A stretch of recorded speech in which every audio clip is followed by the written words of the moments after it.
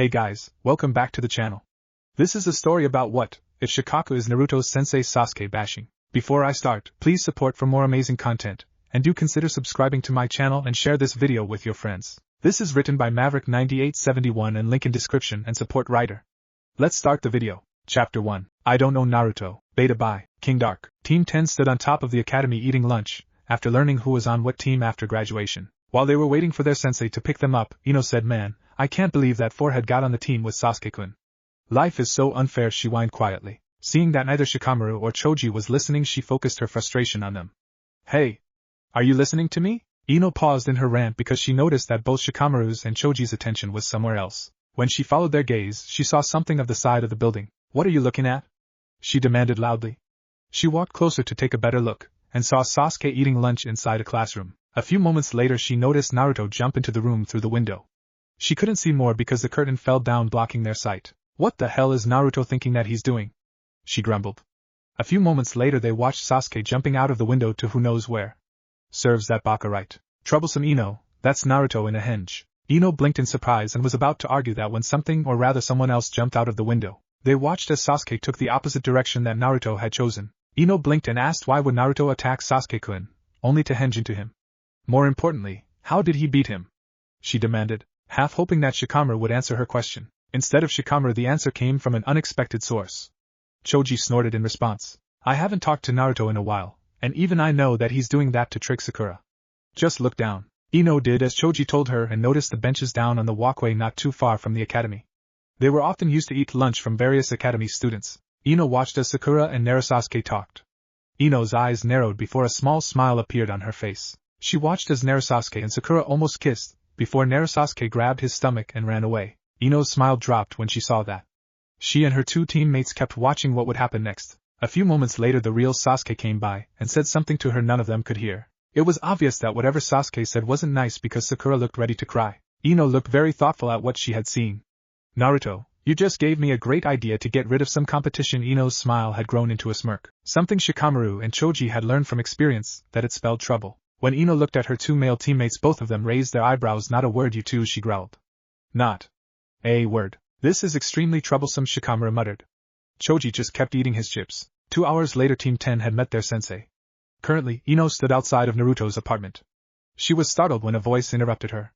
"The beast is not home, girl." Ino jumped in surprise. She looked behind her and saw a man at the bottom of the stairs. "What are you talking about? And who are you anyway?" "Unfortunately, I am the demon's landlord and he's not here if you're waiting to see him. But if you're here for the usual, I got the lock on the second window broken so you can get in." The landlord paused for a moment. "But you didn't hear that from me." "See why, girl." He turned and walked into his apartment on the first floor. Ino blinked and thought, "Beast demon? What the hell is he talking about? Why doesn't he fix the window if it is broken?" "Well, if Naruto is not home I might as well get comfortable." Ino had made her way on the balcony to the second window and found that it was really easy to open and climb inside. When she got into the apartment she scrunched her nose when she saw a few empty ramen cups around the room. The room looked like a normal bachelor's room. It wasn't a total mess though. The furniture looked like it belonged in the trash since it did not match. After she had explored the apartment somewhat she muttered to herself, "It's not as messy as I feared it would be, but it definitely needs to be a lot cleaner for my plan to work." After 20 minutes of waiting and tapping her fingers on the dining table, she got bored. "Maybe if I clean this place up a bit, I can make my plan work like I want it to." 15 minutes later she had finished cleaning up the apartment, and had thrown all the trash away in the dumpster under the stairs. Ino made her way towards the fridge and opened it. She frowned when she saw that the milk was expired. "Damn it, Naruto, you really need to stock and check the expirations date, damn it." She slammed the fridge door closed, but it popped back open as the shelf in the fridge fell and the milk carton spilled over her dress.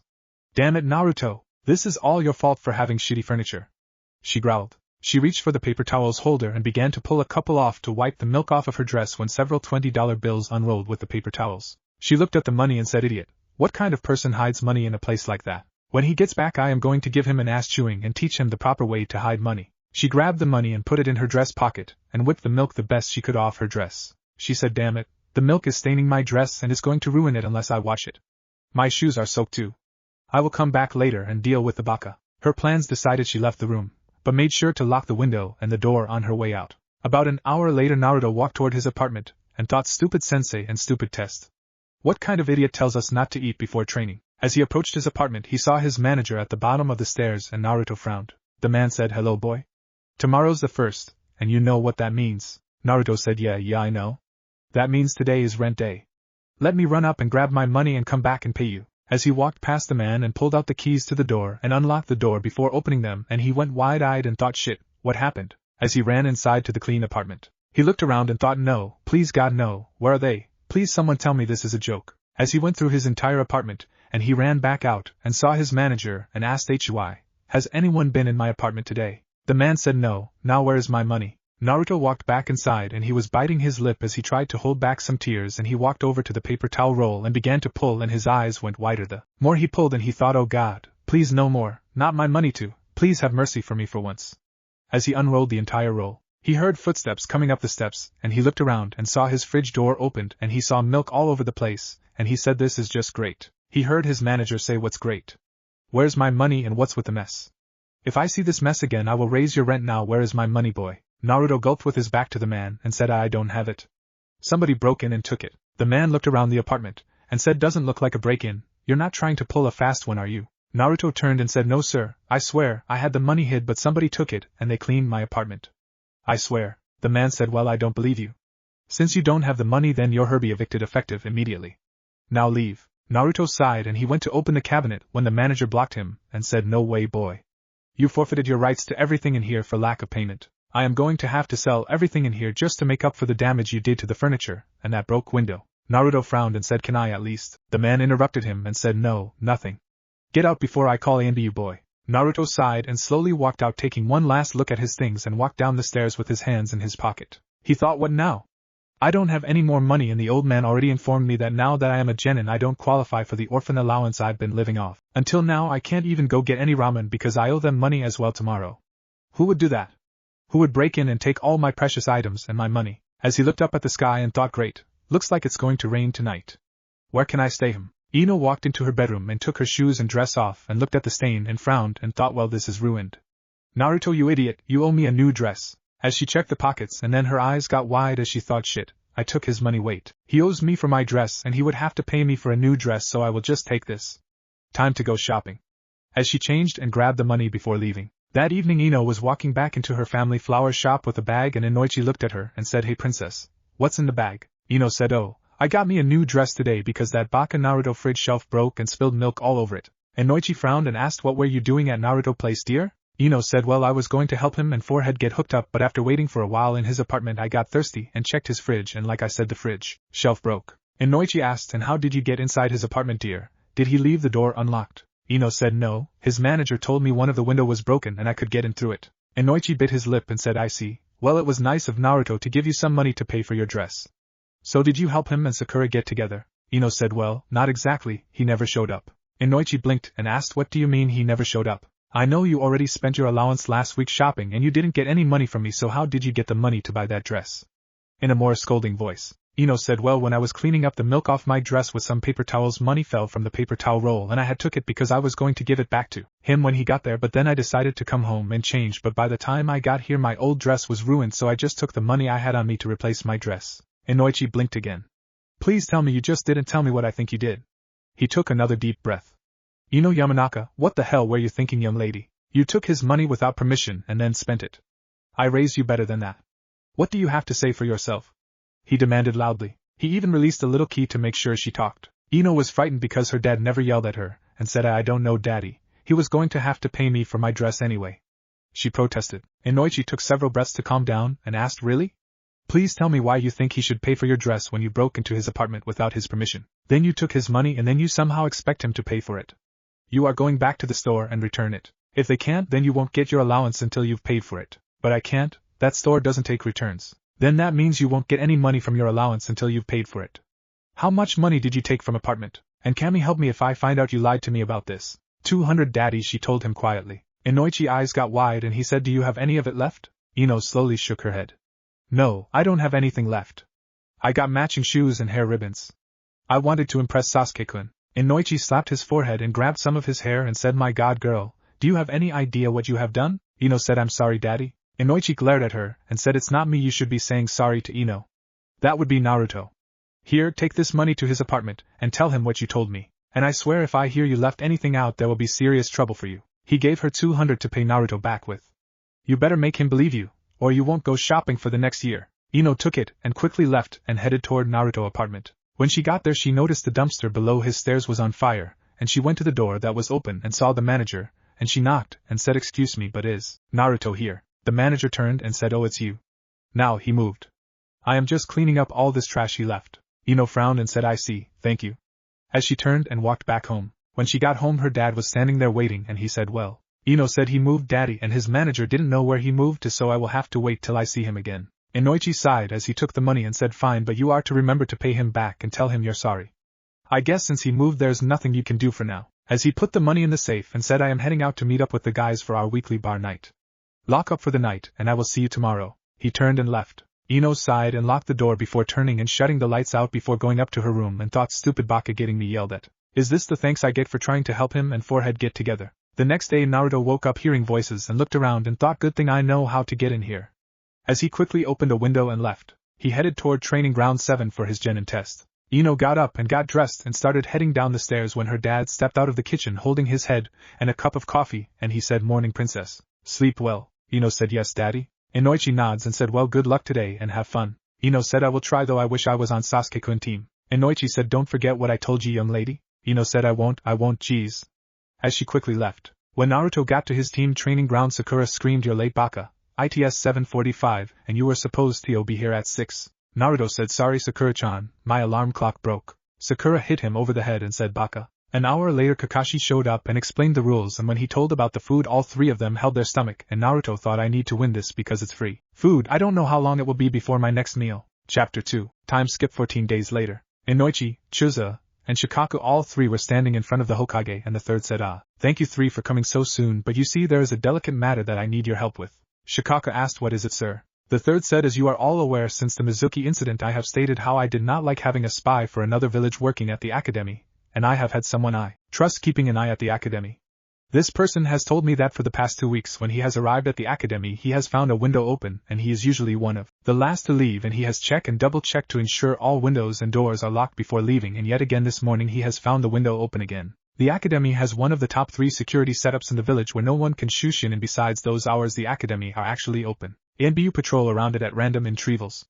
I do not like this. I am afraid someone may be either trying to get information on Leaf Ninja from the academy records or possibly setting up a situation to remove the next generation of shinobi, both of which would be disastrous for the village." Inoichi asked, "So what is it you want us to do, sir? Why not have ANBU take care of this?" The third sighed and said, "I am afraid that Danzo might be involved, and though I can't prove it his root program is still operating even after I ordered it disbanded. I believe that he may even have someone in my ANBU spying for him, and if he does then they might find out and tip off whoever is doing it or use this person work to get that information for Danzo. I trust you three can capture and interrogate whoever it is who is breaking in and discover what this person or persons is doing there. So far there is no actual evidence of any of the archive rooms being broken, though the library has been." Shikaku said, "That doesn't make sense, sir. The academy library has just the basic of chakra, theory on the basic 3 and other basic things like that every hidden village has." The third said, "Exactly, which is one of the reasons this is troubling. The information in the library is basic info, yet someone is actually going in there for some reason. I don't know if they are attempting to bypass security to get to the archive room or what, but you must find out who is behind this and why. I do not want anyone else to know about this." Chuza said, "We understand, sir. Besides the shinobi files and the medical files, the archives for the academy are the only place you could get information on skills, medical history including allergies, family, and history of most of our forces." "When do we start?" The third said, "You are to meet my contact in the academy at 5 o'clock tonight in room 301 and remain hidden until you discover how this person is getting inside and what they are after. Once you have gotten that info, bring the person here so they can be dealt with accordingly." All 3 men said, "Yes, sir." Before they left, at 5 p.m. all 3 men went into the academy and into room 301, and Irika looked up and said, "I have been expecting you 3. The Hokage had informed me it would be you guys. I hope you can find out who it is." Inoichi said, "It's good to see you again, Irika, though I wasn't expecting to see you besides when you come into my shop to buy flowers for Anko again." Irika blushed and said, "Yes, well anyways I must be going. Here are the keys to the building and I will retrieve them from you tomorrow morning. Good night." As he handed them a set of keys, after Irika left, Chuza asked, "So how do we want to do this?" Shikaku said, "Inoichi will take the northeast corner of the building and watch from the tree line there. I will watch the southwest corner from the Jimto butcher shop sign. From either of those places we should be able to see anyone sneaking in and discover how they do it. You Chuza will stay in here somewhere under a genjutsu to observe our friend. We will watch him or her for a while before we capture them and then interrogate them. We will use our combat frequency on the radios. Chusa nods and casts a genjutsu over himself as he sits in the back of the class as both men lock up and take their respective hiding spot. Around an hour after dark, Inoichi hears a tree limb snap and he looks around and clicks his send button twice, alerting his teammates, as he sees a figure walking out of the woods and heading toward the swing. He watches and thinks must be a false alarm because by his height he's just a kid. As he continues to watch, the person sits on the swing for several minutes just dragging his feet as he moved back and forward before he gets up and takes the swing off the hooks and puts it over his shoulder and heads toward a telephone pole and pulls out a pair of kunai and ties them to his feet and then stabs them into the telephone pole and begins to climb up the pole. And Inoichi thought he must not know how to do the tree climbing, as the person got to the top and crouched down and unties the kunais before stabbing them into the telephone, holding the chain to the pole, and he grabs the other end of the chain and he jumps back off the pole and begins to swing toward the building and swings on top of the building. The person then turns and pulls the chain hard enough to pull both kunais out. Inoichi clicks his send button and asked in a low whisper, "Did you see that, Shikaku?" Shikaku said, "Yeah, I saw it. Pretty creative if you asked me. Think it's a civilian." Inoichi frowned and said, "Perhaps, maybe a kid whose parents won't let them be a ninja judging from the height. It would explain why they want into the library." Shikaku said, "Let's observe a little more." Across the radio, as both men watched, the person walked to the air vent on top of the building and pulled up on it, shocking both men, and the person stepped inside and set it back down, and Inoichi said, "Well, whoever this kid is, he sure the hell knows how to bypass the security. Never thought to use the air ducts." Chusa was in the classroom hiding when a tile on his ceiling began to move, drawing his attention, and a shadowy figure fell through on top of a desk before reaching up and repositioning the tile roof, and Chusa thought, that explains how he gets in, as he watched the person walk down the steps, closing the shades to the window and exit the classroom. He got up and followed the person as they went into the bathroom. He called over the radio in a whisper, "Guys in the John, come on in." A few minutes later the person came out and went toward the library, and Inoichi and Shikaku arrived with Chusa, who was outside of the library, and Inoichi asked anything. Chusa said, "I think it is a kid, but he knows where all the security for the building is as well as where people would be able to see him or her from the outside because he's closes all the windows before he gets in the open." Inoichi said, "Sounds like a stealth expert." As both men nod, they quickly hide as the person comes out, shutting the light off before they could see who it was, and walked back toward the classroom he entered in. The three men followed as the person walked back inside and turned on the light, and walked toward the desk and set a book on the desk and reached into a drawer and pulled out a pencil and a piece of paper. Inoichi asked from outside the door, "What do we do?" Shikaku said, "This game's gone on long enough. I think we all agree on what this kid's up to, though he's going to have to answer some questions. Let me catch him in my shadow and then you both go in and tie him up." As both men nod, Shikaku's shadow goes under the door toward the chakra signature in the room, and he said, "Cage main no jutsu success." And the other two men run in and blink as they see a person stuck looking in a desk drawer, and Chusa said, "It can't be." As he walked over, as the person caught was frozen in place and couldn't even talk. Inoichi frowned as he walked over and looked at the person who was sitting in the chair naked, and he began tying up his other hand, and when he was done he said, "Okay, release it." As the shadow withdrew, the person said, "What the hell, why couldn't I talk?" Shikaku walked in and frowned as well and said, "You're going to talk, all right, Naruto. What the hell are you doing here?" Naruto looked up and he said, "Hey, I know you three, you're Ino, Choji and Shikamaru dads." Chusa said, "Yeah, we are. Now tell us, what are you doing here, Naruto? We saw you sneak in and we have had reports somebody's been doing it for the past 2 weeks. It's not looking good for you." Naruto looked at them and said, "You wouldn't believe me." Quietly, Inoichi said, "Try us. Either you tell us what's going on or we will have to take you to Ibiki. I know you know who he is, Naruto, so please talk." Naruto looked up and said, "I've been sleeping here at nights since I got evicted from my apartment. Someone broke in and stole all my money and took all my most treasured items." Inoichi's eyes got wide and thought, "Oh God, please let me be wrong." And asked, "When did this happen, Naruto?" Naruto said, "The day of team assignments.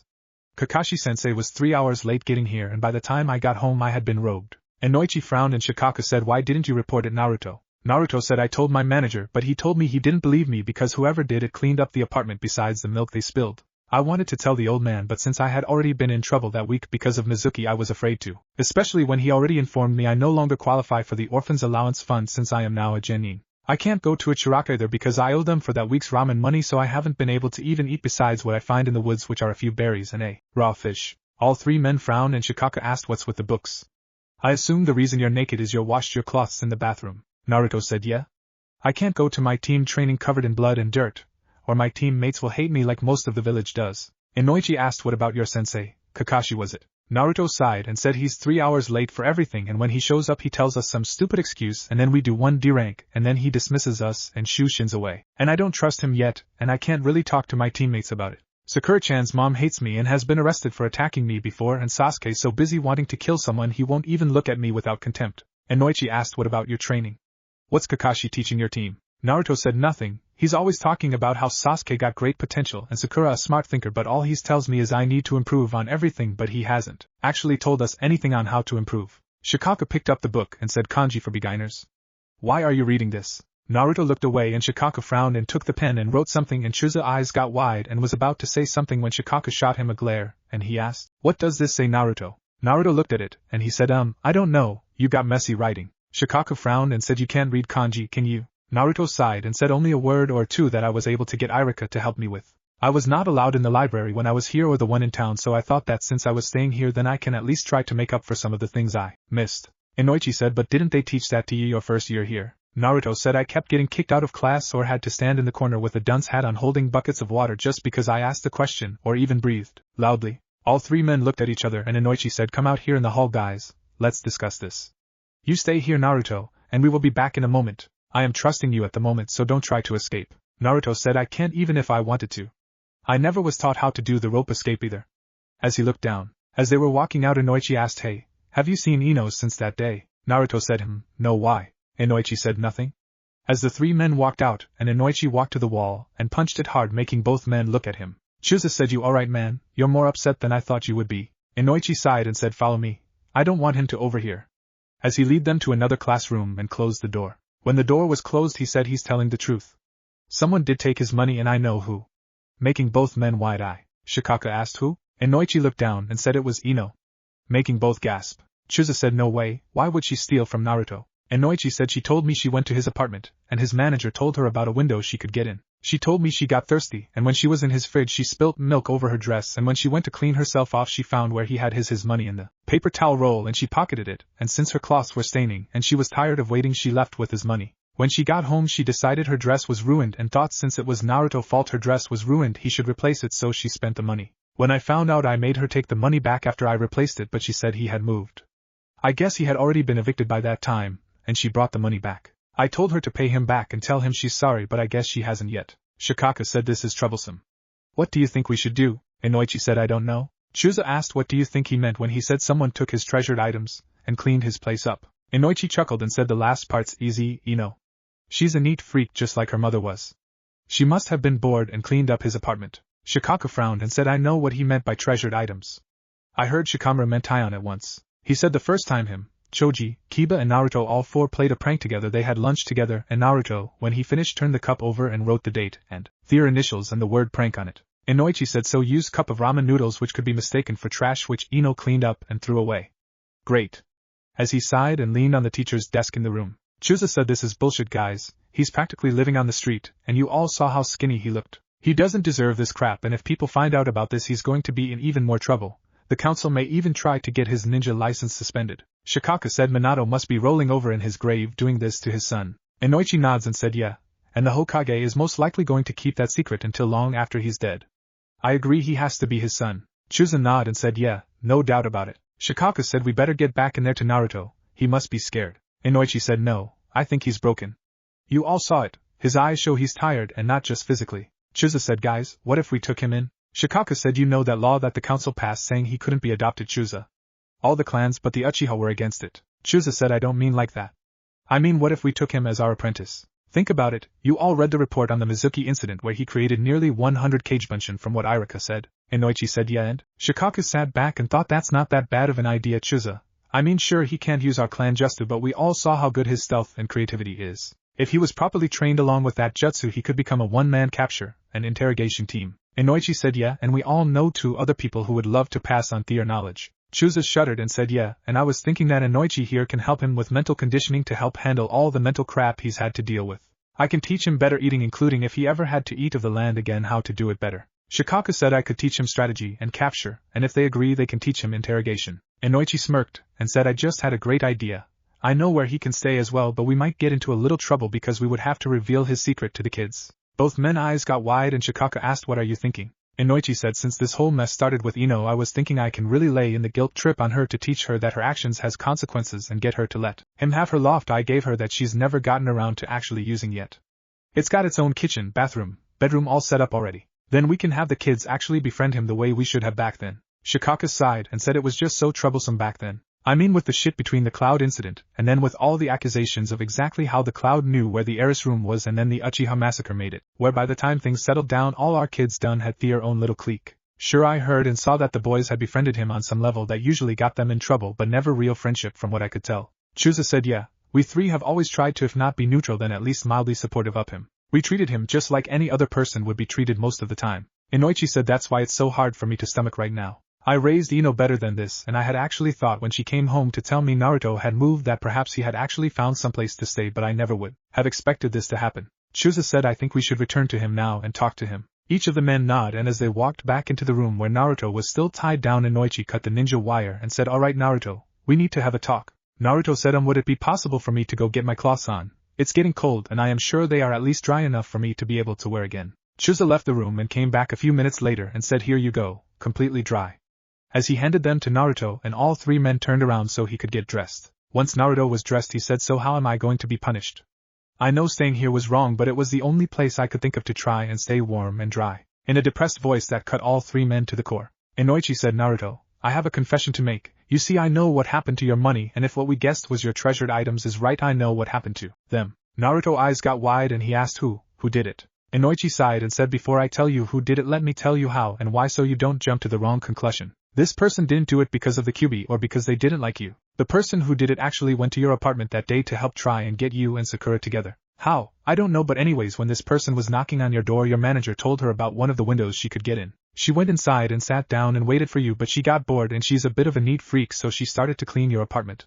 While she waited picking up what she thought was just trash but I think what those ramen cups she threw away was actually your special treasures right? Shikamaru told his dad here once about how you wrote Tier and your name on the bottom of a cup. Naruto said yeah.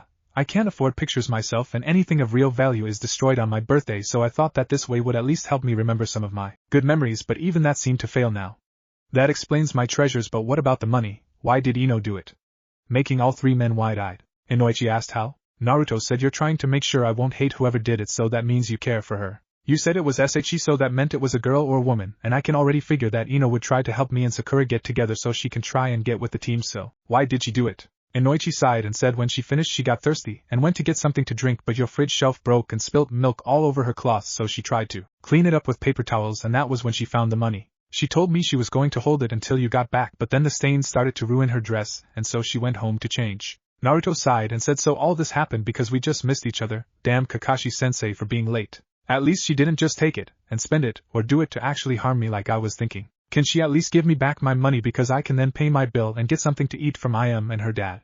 As his stomach grumbled, Inoichi sighed again and Naruto looked at the three men and said she spent it didn't she? Inoichi said originally yes.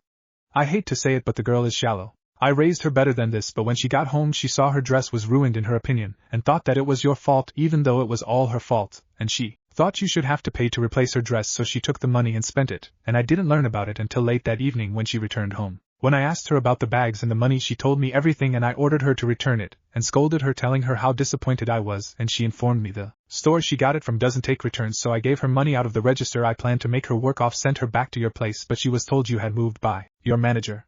She came back and I told her to find you and tell you she was sorry and actually mean it and pay you back. I had no idea that this would happen Naruto or I would have tracked you down myself but I thought that perhaps you had actually gotten a new place and moved. Shikaku, Chusa and I have never hated you Naruto or told our kids to be mean to you any. We each wanted to help you when you were younger but the council passed a law the third had to agree to when he passed your law and that was that you could never be adopted. Though all the clans were against this law with the exception of the Uchiha. We respected the Yandame's skills enough to have faith in him, and thus you but we were outnumbered. The most we could do was keep the council from getting enough votes to have you either banished or killed and then when you actually met our kids we had wanted to get them to befriend you but there was an incident I won't tell you about since it's classified that nearly caused us to go to another war between a clan here in Konoha and another major village and then by the time that mess calmed down the Uchiha massacre happened and by the time we could do anything by then our kids had already made their groups of friends. And luckily Shikamaru and Choji hung out with you a few times but I regret that Ino never did. Naruto sighed as he looked out the window and said I see, it's alright.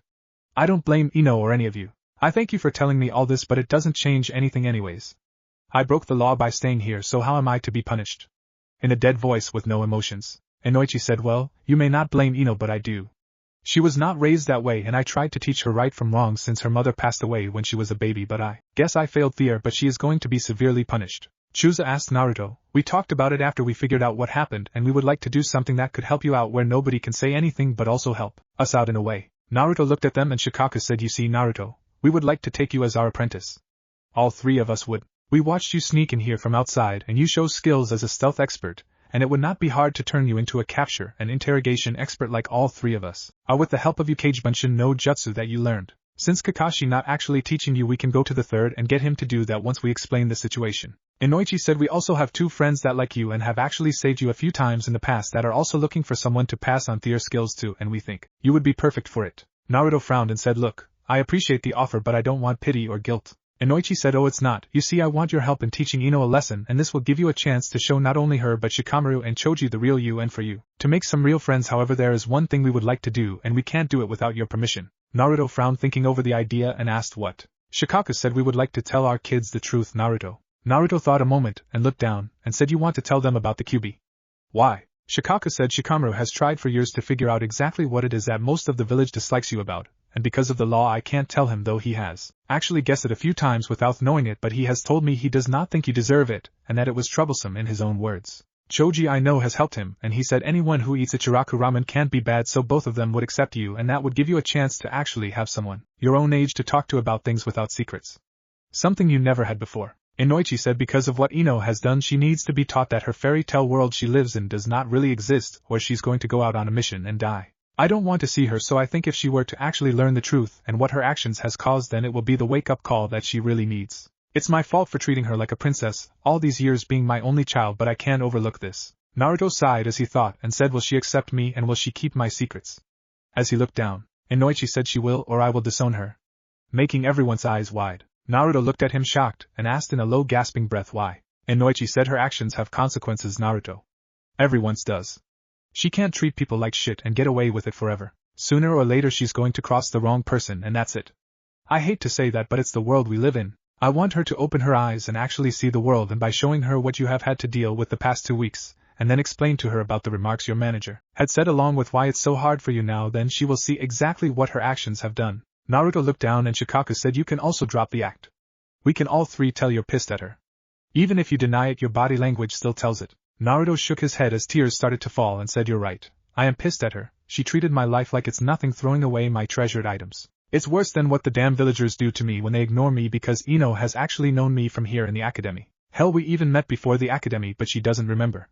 If it wasn't for me, then her and Sakura would have never have been friends in the first place. She broke into my apartment, one of 4 places in this village where I don't feel judged by the glares or the words or the threats or the hatred for the QB, and she destroyed it by acting as if she has the rights to it, and then she took my money and actually felt like I owed her. How can I forgive that? I don't blame you, sir, or anyone, but I do blame her. I have nothing left but the cloths I am wearing. My manager took everything, my food, my furniture, my cloths, my ninja tools that I didn't have on me. Everything, and what's worse is when I was waiting on a roof for him to leave so I could try and get some of it, he actually started to burn it all so I could never get it back. I fucking tried to kill myself that night because I have nothing now to live for. As he pulled up his sleeves and showed the 3 men 10 scars on both wrists, shocking them. Inoichi thought, I have never been more disappointed in you than I am right now. Naruto just pulled his knees up to his chest and wrapped his arms around his legs and put his head on his knees and cried. None of them could say anything as they watched Naruto break down, and soon his sobs grew quiet and Shusa checked him and said, he's out. I don't know if it's from the mental and emotional strain, the fact he's starving, or just plain tired, but he won't be up for a while. Inoichi closed his eyes and said, if Naruto refuses to accept what we offered him, then you will be kicked out on the street with just 1 set of cloths and your ninja equipment like he is, and I will disown you. As your father, I am sickened by you at this moment. As he walked over and picked Naruto up and said, my god, he doesn't even weigh 100 pounds, guys. Hell, Ino weighs more than him, and she diets all the damn time. Shikaku sighed and said, let's take him to the Hokage office and tell him everything, though I think he knew all along. All 3 men nod and leave the building after locking it up, and then Shushin to the Hokage tower. The third was in his office doing paperwork when the 3 appeared, and he looked up and said, what happened to Naruto? Inoichi said, let me set him down, and I will explain everything, sir. The third nods and Inoichi walked to the couch in the corner and set Naruto down, and he turned back and Shikaku said, you knew all along, didn't you, sir? The third asked, whatever do you mean? Shikaku shot him a glare, and the third pulled out his pipe and stuffed some tobacco in it, and after lighting it and taking a puff he said, yes, I did. Kakashi had noticed something was wrong with Naruto as he kept getting weaker and weaker during the bell test and seemed pale. He noticed the scars on Naruto's wrist and instantly realized what they were from, though how they actually scarred I don't know, since usually all his wounds heal like they never were there. I went to the ramen stand to talk to them, and they said he hadn't been in, which is odd, so I went to his apartment. I learned he was evicted, and I had the manager sent to a Biki because I suspected foul play, and he told how he informed a blonde-haired girl with blue eyes and a purple dress how to get into Naruto apartment through a window he purposely sabotoged. He then told about what happened with kicking him out, and how Ino had left earlier with spoiled milk on her dress. I knew only one person who matched that description, and I had an A and B. You check your trash, Inoichi, which I am sorry, but I had to make sure, and they discovered the dress, so I sent out a team to find Naruto and bring him to me. They couldn't. I had Kakashi follow Naruto on several nights after training, and Naruto was able to lose him every night somehow, making all three men wide-eyed. The third took another puff and said, anyways, Irika then informed me last week about the break-ins at the academy, and I suspected it was Naruto but couldn't be sure, so I had Kakashi observe it for a couple of nights to make sure it was him, and not someone else, and he told me of his findings. I tried to find him another place, but no one else in this village would allow him in since they have all heard he was homeless somehow. I couldn't bring this matter up to the council, so I decided to give you this mission, and see if you three might be able to help him in some way. Because of what has happened, Naruto is now considered a flight risk like the Uchiha because he does not have anything actually tying him to Konoha any longer, so I am having to remove him from Kakashi team because Kakashi can only keep an eye on one at a time. I had planned to watch and see how it worked with my all-seeing crystal ball, but I had an annoying villager claiming someone had stole from her, breaking several windows, and she claimed it was Naruto, though I have A and B reports showing that it was her own son that broke the windows and her china collection playing stickball with rocks in the street. Inoichi looked at Naruto and said, do you guys agree? Shikaku said, of course we do. Chusa nods, and Inoichi said, we would like to take Naruto as our apprentice, sir. The third smoked another puff and asked to what end. Shikaku said, sir, with what we saw and know of Naruto, we would like to turn Naruto into a CIA member. The third blinked and said, really, we have not actually had one of those in over 30 years though, are you sure you three could teach him that? Chusa said, not alone, sir, but we all know two other individuals who both want someone to pass on their skills to, and both like Naruto, and what we can't teach him they can. The third looked at Naruto and asked, is he really out? Shikaku said, probably for a while, sir. He knows the truth about Ino, and he's mentally broke now, sir, plus he's starving to death. Why? The third did some hand signs and the room glowed, and the third said, if I agree to this, I have a mission for you three as well as some information you should be made aware of. Shikaku said, you mean that he's Minato's son? The third's eyes got wide a moment, and said, I don't know what you're talking about. Chusa said, you can't hide it forever, sir.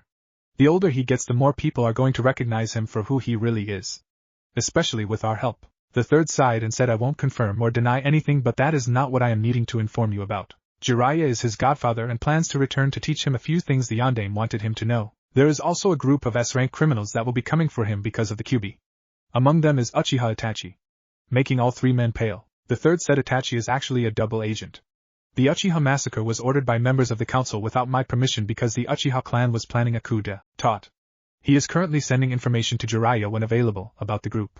In return for this, he has made two requests: protect Sasuke and protect Naruto. If you ever encounter him, you cannot blow his cover and he won't blow it, and you will have to fight, but he won't kill unless he has no choice, but he may injure you. The group he is with is more dangerous to Konoha, and then the QB was because the leader is none other than Uchiha Madara, the man responsible for the QB attack. Besides myself, only the three members of the council who ordered the Uchiha massacre knows that he is still alive. Not even Jiraiya knows about him. This info cannot get out, or it could result in the destruction of the village. The only reason I am telling you three is because you are putting not only yourselves but your family in danger by doing this, and you will have to take his training serious. If they get Naruto, Konoha will fall. All three men looked at each other, and Chusa asked, why has this information not been told to the council? The third said, because the council can't keep secrets, and if this became public knowledge it could cause a civil war. The only way I have kept Naruto safe the past few years is by holding this info over those three members. Shikaku said, Danzo, and your advisors. Fear the only ones with enough power to pull that off. The third closed his eyes and nodded, and Shikaku said, we understand, sir, but we want those other two to be allowed to teach their trade to Naruto. The third said, very well. I am sure I know who you are talking about, but you cannot tell either of them what I have told you, and you have to get them to agree to it. I approve it, but I will not force them to teach him. Now I must figure out where Naruto is to stay since you agreed to teach him. Inoichi smiled and said, I got that covered, sir, though I would like a full review of Naruto teachers in the academy, sir, because we already learned he doesn't know the rope escape jutsu, he doesn't know how to read or write kanji either, and that is the beginning of what I fear is a long line of things he was denied knowledge of. The third said, very well, then I leave Naruto in your capable hands, and thank you from an old man who has seen his grandson suffer. Nothing we have discussed can be told under punishment of death. Shikaku said, about that, sir, there is one thing though. We have asked Naruto for permission to tell the kids his secrets so he can turn to them for advice without being afraid, or having to keep secret. He has not agreed yet, but I think he will, at least for the boys. It will take time for him to trust Ino after this has happened. The third said, yes. I can't imagine what it must have been like for him to lose everything like that. Inoichi said, it's worse than that, sir, he didn't just lose it. Ino threw his memories away in the trash because she thought it was trash. I will help him work on overcoming this, and also help him deal with the mental state he is in, sir. The third nods and said, well, if that is all, then good luck, men. All three nod, and Inoichi walked over to Naruto and picked him up, and he said, I will take him on to my place. Go ahead and explain it to the boys because I will be explaining it to Ino tonight. Give me tomorrow to try and gain his trust a little, and then we will go from there. The other two nod and leave, and Inoichi shushins with Naruto in his arms. Chapter 3. When he appeared in his home, Ino was sitting on the couch reading a magazine, and she gasped and said, Daddy, what's Naruto doing here and what's wrong with him? Inoichi glared at her and said, shut up and sit down, young lady. You are in very much trouble. I will deal with you in a few minutes. As he turned and walked up the stairs and took Naruto to his bedroom and set him down on his bed before removing his shoes and covering him up. Ino was scared by the look her dad had and thought, what did I do? When Inoichi walked down the stairs, Ino started to say something, and Inoichi said, if you so much as say one word, I will bend you over my knees and spank your ass until you can't. Sit. I am very, very disappointed in you. As he walked in front of her, walking back and forward several times trying to calm himself down, Ino thought as she trembled under the ki coming from her dad, what happened? I didn't do anything to deserve this, did I? Inoichi stopped and looked at her, and she flinched, and he said, all right. I think I have calmed down enough to tell you why I am so upset. Do you remember what happened 2 weeks ago, the day you got your teams? Just nod, don't speak or I might hurt you. Ino nods, and Inoichi said, you remember how you broke into Naruto's apartment and took his money? Ino nods again, and Inoichi said, because of you Naruto did not move but was evicted from his home because that money was not only his food money but his rent money. That was all the money he had in the world. Making Ino eyes wide, and she started to say something, and Inoichi raised his hand and she closed her mouth. Inoichi said, it doesn't end just there either. Because of your actions his landlord refused to even let him take anything from the apartment, claiming he would have to sell them to cover the rent, or some bullshit story landlords do, so all he had was the cloths on his back. He left and snuck to the roof of another building to try and get something after the manager left, but the manager burnt everything Naruto owned, making Ino feel a little guilty. Inoichi saw this and said, but that's only just the beginning of the suffering Naruto has had to endure because of you for the past 2 weeks. No, it gets much worse. You see, that money was his food money to pay his tab at the ramen stand, but because he didn't have any money he couldn't get any food, so he has only had a fish he caught in the river and a few berries to eat in all this time. Inoichi stopped and walked back and forward a few times, and he asked, if you were Naruto, what would you have done in his situation? Ino, you can speak. Ino said, I don't know, maybe go to a friend's house. Inoichi glared at her and asked, and what friends does he have? Ino opened her mouth and said, I don't know, Daddy. Inoichi said, none? You see, there are things about Naruto I can't tell you without his permission, but because of these things Naruto is hated by nearly the entire village, and it is not even his fault. In fact, he should be seen as a hero instead for it, but he is kicked out of stores, glared at, spat on, hit, overcharged, and countless other things since the day he was born. Ino. It's not because of his pranks or anything like that. Ino gaped at this and thought, what could make people hate Naruto like that? Inoichi sighed and said, that's not the worst of it, Ino. You have hurt him like no other person has ever hurt him before. You cleaned his apartment, didn't you? Ino nods, and Inoichi asked, were there ramen cups around the apartment? Ino said, yeah, all over the place. Really messy? Inoichi glared at her Asian, making her flinch, and he said, you see, Ino, Naruto doesn't have a lot of valuable things before that because he couldn't afford them, but those ramen cups were like your flower press, dear. On the bottom of each of those cups were names, dates, and events that something good happened to him in his life. He had them laying around like trash, so if someone broke into his apartment again they would think they were just trash and not destroy them, but you invade his home. Somewhere he felt somewhat safe and threw his precious memories away. Ino said, but I didn't know. If I would have just left them and sat quietly. Inoichi said, you shouldn't have even been in his apartment in the first place. As he gasped for breath, shocking her, he continued, your actions have consequences, Ino, some drastic. Come with me. As he got up and walked up the stairs, Ino got up and followed, and she followed her dad into his bedroom and saw Naruto passed out, and Inoichi walked over and pulled Naruto's arm out and said, come here, young lady, and look what your actions caused. As he pulled up Naruto's sleeve, Ino gasped as she saw the scars and said, no, don't tell me that. Inoichi grabbed her arm and pulled her out of the room and back to the front room and pointed to the couch, and she sat down rubbing her arm that had a red handprint from his hand, and he said, yes, that night he tried to kill himself, Ino, because he felt like he had nothing left to live for. He never knew his parents, Ino. He's never had anyone besides the Hokage, who is a very busy man, the old man at the ramen stand, and his daughter, and maybe 1 or 2 other people. Besides that, he has been alone, treated like shit because of something he had no control over, and he never even knew why he was treated that way until the day of your graduation. What I am about to tell you is exactly how Naruto passed that day. Ino looked at her dad in interest, and he said, the teachers at the academy have purposely Sabato get his education, Ino. So bad I can't even begin, but because of this, and the reason he is hated, he has too much chakra to produce the bunshin, and nobody would teach him how to control it, but the assistant Mizuki pulled Naruto aside and told Naruto there was a second test he could take, and if he passed he would graduate. He told Naruto the location of the forbidden scroll of seals in the Hokage Tower, and told him a location to bring it to, and told him if he could learn one jutsu from it he would pass. Naruto, who even though was sabotaged by the teachers, has trained himself enough that he was able to sneak by 4 patrols of ANBU and 10 Chunin, break into the location where the scroll was, which has the best security in the entire village, and was preparing to leave the tower when the Hokage discovered him. Naruto was able to incapacitate the Hokage long enough to escape the tower and the village. He went where Mizuki told him to go, and he learned a jutsu from the scroll before Iruka showed up. Naruto then learned he was tricked, but Mizuki attacked both them, wounding Iruka, who saved Naruto by taking a Fuma shuriken in the back. He then told Naruto why he was hated, though changed it enough to make him think it was his fault. Naruto got away while Iruka and Mizuki fought, but when Mizuki taunted Iruka, Naruto overheard it, and Iruka actually told the truth and believed in Naruto as the hero he should have been, and Naruto came back and saved Iruka from the killing blow. Naruto then took that jutsu he learned and beat the hell out of Mizuki, nearly killing him. Iruka then congratulated Naruto, and since the jutsu Naruto learned was the Kagebunshin no Jutsu, a jounin version of the one he failed in the academy, he gave him his own headband. The Hokage then informed all of us who were looking for Naruto the truth, and Naruto was allowed to pass. Ino was floored and said, "I don't understand, Dad. Why is he hated and why is he here? I can understand you being mad at me now, and I bet if Naruto found out he would hate me." Inoichi snorts and said, "Oh, don't worry, he knows. I told him." Making Ino eyes wide. He continued and said, "Tonight the Hokage had my team investigate the academy because someone has been breaking into the academy for the past 2 weeks at night. It turns out Naruto has been the one who's been doing it.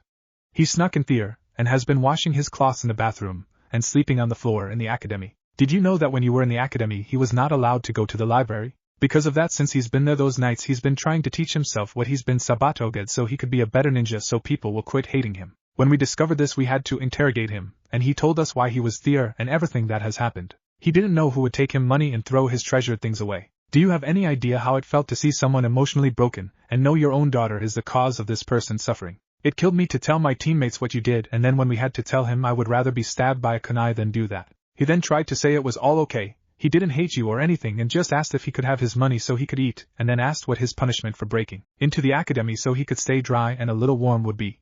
He is nothing but skin and bones now, Ino.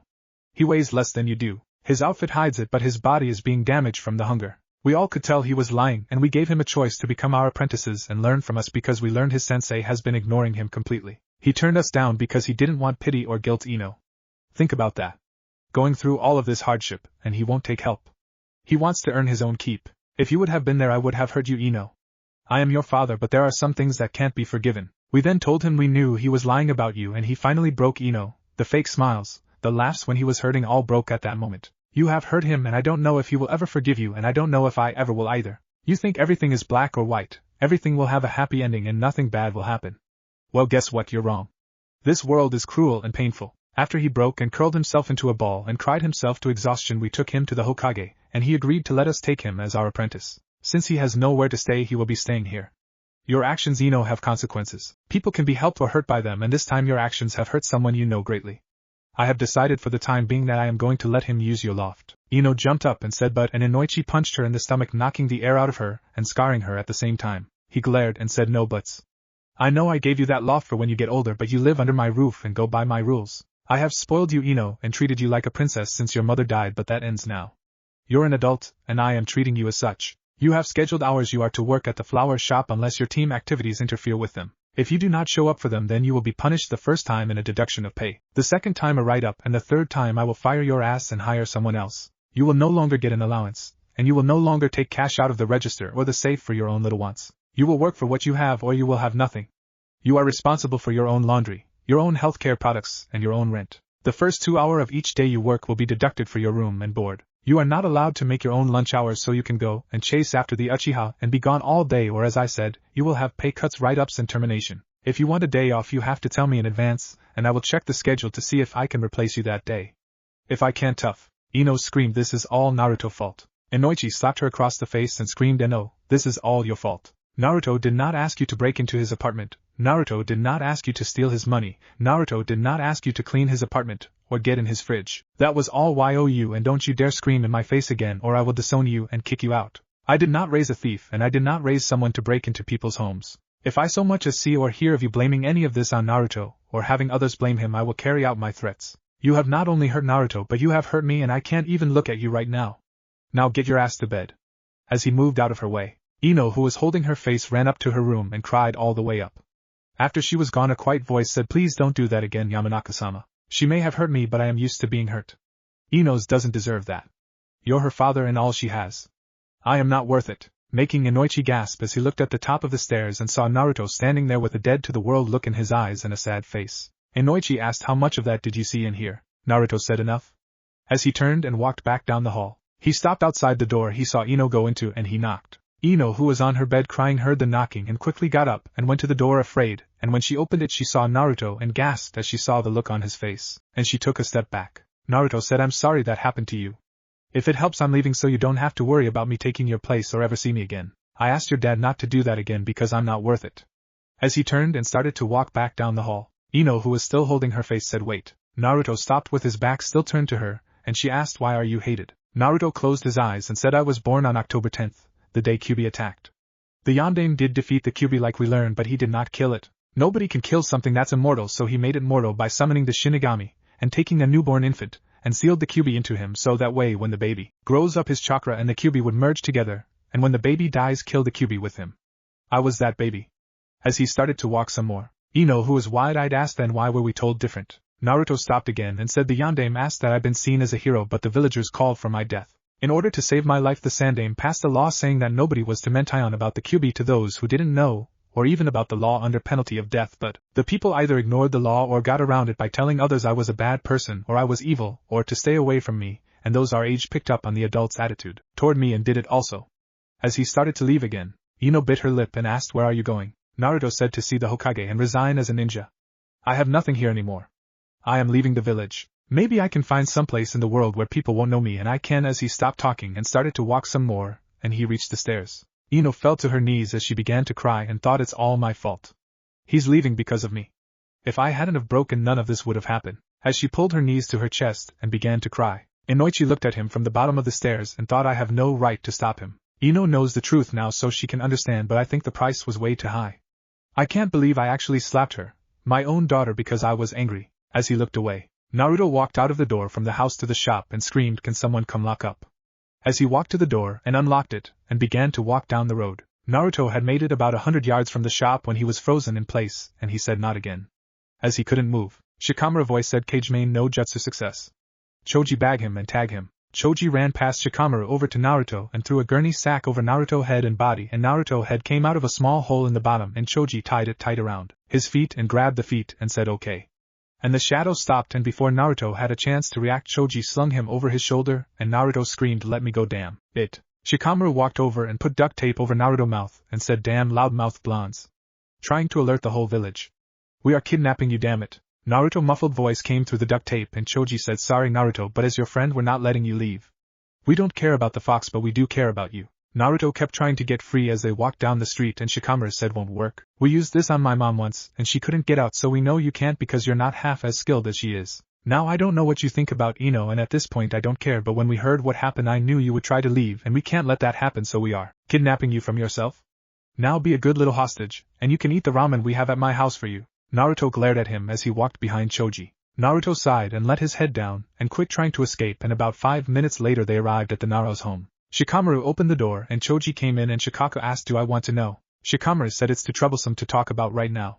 "Okay, you can release him now." Choji sat Naruto's feet down on the floor, and Naruto made a run for the door only to be captured again by the shadow of Shikamaru, who turned him around and marched him to the eating table, and once they both sat down Choji sat 20 bowls of ramen on the table and Naruto looked at it, and Shikamaru said after Choji took the bag off, "Either you eat it or I have my mother feed you, and that is way too troublesome." Naruto closed his eyes and asked, "Why are you stopping me?" "I am leaving the village." Choji slapped him over the head and said, "No you are not." Naruto rubbed his head and asked, "And why the hell not?" A kunia hit the table in front of him, and Yoshino Nara said, "Language, young man. I will not have that kind of talk in my house." Naruto smirked, and Shikamaru paled and said, "No don't," and Naruto said, "What the hell's wrong with the way I fucking talk, lady? I can talk any damn way I fucking please. You're not my mother, so don't bitch at me." Shikaku ran out of the house along with Choji and Shikamaru, and before Naruto had a chance to understand, Mount Saint Yoshino blew, and she appeared behind Naruto grabbing his ear and dragged him toward the bathroom as he screamed, "Ow, let go of my fucking ear, lady." Outside of the house, Choji asked, "Do you think he's going to be okay?" Shikamaru said, "No man, I never seen anyone who had the gall to do that to my mother." Shikaku said, "I have." She castrated the guy and then she started at his toes and worked her way up using her kitchen knife to cut every inch of his body, and then she poured hot sauce on the guy's wounds before throwing him on top of a campfire, and then used salt to put it out. The guy killed himself to end the pain. I fear our young friend is not long in this world. When they made it to the bathroom, Yoshino quickly bound Naruto's hands behind his back with a bath towel, and she stuck his head in the toilet, while she flushed it, and she turned on the sink water and pulled out a bar of hand soap that is especially designed for butchers, and she pulled Naruto's head up, and as he opened his mouth to gasp for breath she shoved the soap into his mouth, closing it with the palm of her hand, and she looked into his eyes and said, "Lesson 1 Naruto, that you missed out is when a mother tells you to watch your language you will do it, or you will have to have your mouth washed out with soap. I don't care how you talk outside, but when you are inside of my home you will talk with manners and respect." As she pulled the bar of soap out, Naruto glared at her and said, "Fuck you old hag." Naruto was shoved into the toilet again, and as he shook his head back and forward she grabbed his boxers and pulled up on them, giving him a wedge, forcing him to scream into the water, and she pulled him out, sticking the bar back into his mouth, and she glared and said, "Do you understand me now?" As she waited 30 seconds and pulled the bar out, Naruto said, "Go to hell, bitch." 20 minutes later, when Shikaku and the boys came back inside, Naruto was sitting at the table with a towel over his neck, and he belched, and soap bubbles came out of his mouth, and Yoshino said, "Manners, Naruto." Naruto said, "Excuse me, mother." In a quiet voice, Yoshino said, "Good, Naruto, now eat up and remember to keep your elbows off the table." Naruto said, "Yes, mother." As he took slow bites at a time of his ramen, Shikaku blinked and said, Dear, what happened while we were outside?" Yoshino cleaned up another bowl and said, "Oh, I was just teaching Naruto here on manners." "Nothing really, right, Naruto?" Naruto said, "Yes, mother." Shikamaru looked at Naruto and asked him, "Naruto, are you okay?" Naruto said, "Of course I am, why wouldn't I be?" Choji said, "Well, you seem a little, what's the word I am looking for?" Shikamaru said, "Mannered." "Why do you keep calling my mom mother?" Naruto glanced at Yoshino, who walked into the kitchen, and he said, "Help me guys, she's scary and tried to kill me, please." As she came back in the room and she asked, "Please what, Naruto?" Naruto gulped and said, "Please, may I have another bowl?" As he made sure his elbows were off the table, Yoshino said, "All right, but this is the last one." Naruto said, "Thank you." As he slowly ate it, when he was done he asked, "May I be excused?" Yoshino said, "Of course, go take a bath, and you can stay in Shikamaru room tonight. I think I got some cloths that can fit you."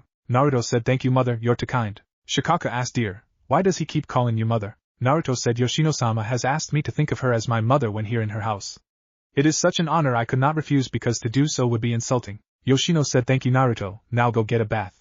Naruto gulped and asked, "Do you have a bathroom without a toilet, mother?" Yoshino said, "Of course not, now go on, get." Naruto quickly got up and left toward the bathroom, grabbing Choji and Shikamaru's hands. When they got to the bathroom, Naruto pulled them inside and closed the door and said, "Okay guys, that woman is too much for me. I am making a break for it, and want to know if you want to come with me. I figure we can turn on the bath water and lock the door and sneak out of the window after creating 3 cage buncheons and having 2 henge into you guys, and that will give us a good 10-minute head start. I will make some cage buncheon that will henge into us and blanket the village, and while she is trying to find us we can sneak over the walls and be in Wind Country before sunrise. We can then head toward a port, and catch a boat and get the fuck out of the elemental country." "Oh no." As Naruto realized what he said and covered his mouth, but Yoshino appeared behind Naruto and plunged his head back into the toilet, shocking the boys as she pulled him up and shoved the soap into his mouth. Shikamaru said, "Now you see why she is troublesome." As the soap was pulled out, Naruto said, "Troublesome." Chapter 4. The next morning Naruto awoke and found he was on the floor in Shikamaru's bedroom on a pallet, and Choji was near him on the floor, and he looked around and started to move his feet, and Shikamaru said, "Morning, Naruto." Still with his eyes closed, Naruto groaned and asked, "How did you know I was up?" Shikamaru sighed and sat up and pointed to Naruto's little toe where a piece of string was tied around it that ran to Shikamaru's finger. Naruto said, "Troublesome, troublesome, troublesome, Shikamaru." Choji said, "Troublesome, Naruto? You sure are troublesome this morning." Shikamaru said, "I see you understand what that word means now, huh?" Naruto said, "Yeah, instead of cussing you use that word as a substitute." Shikamaru nods and Naruto asked in a quiet voice, "What now?" Shikamaru said, "Now we get up and you put on those cloths and we go eat breakfast. Then our dad is going to take you out to the herd and teach you a little about our family, and then test you somehow.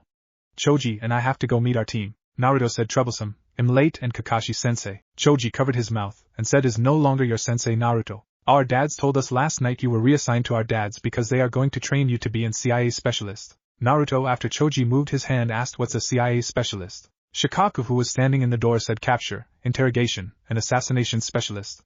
Konoha hasn't had one in nearly 30 years. Naruto looked at him and said, "But why me? I mean, why are you and the others doing this for me? I want the truth, please."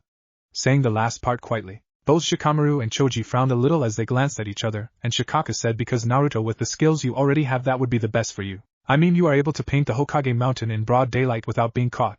break into 2 of the highest security building undetected, both of which show you are a stealth master in the making. Your stamina is low jounin already because I know from my own experience chasing you a few times when you were younger under Hokage-sama orders. Then there's the fact how exactly you are able to figure out ways to get into secure places bypassing security. That shows you are very intelligent when you want to be, even with the damage done to your education. Those are skills that will help you in capturing with traps and deceptions. The intelligence part, you have a tool that you can use beyond anyone's belief in the Kagebenshin no Jutsu, where you can search a large amount of area in a short amount of time, because a little no fact about them is whatever they learn when dispelled the original learns. That will help in general information gathering, and with the help of 2 friends who specialize in torture and interrogation they can teach you how to get information out of enemies. Then there is the assassination part. You may not know this, but the Nara clan are also known as assassins because of what we can do with our shadows, and that is just a few of the things we are known for. The arts will help you as well in that area. Naruto frowned and looked down, and asked, then what will people think of me? Shikaku asked, does it really matter to you that much what people think of you, Naruto, or what your friends think of you, Naruto? Naruto closed his eyes and said, I have no friends, remember. Choji snorts and said, damn, are you dense, Naruto? Naruto flinched at the cuss word and his eyes darted back and forward, and Shikaku said, it's 7 a.m. Naruto, and my wife's gone to the hospital lab until 2 helping make medicines. Naruto said, thank God. I don't know how much longer I could keep that act up.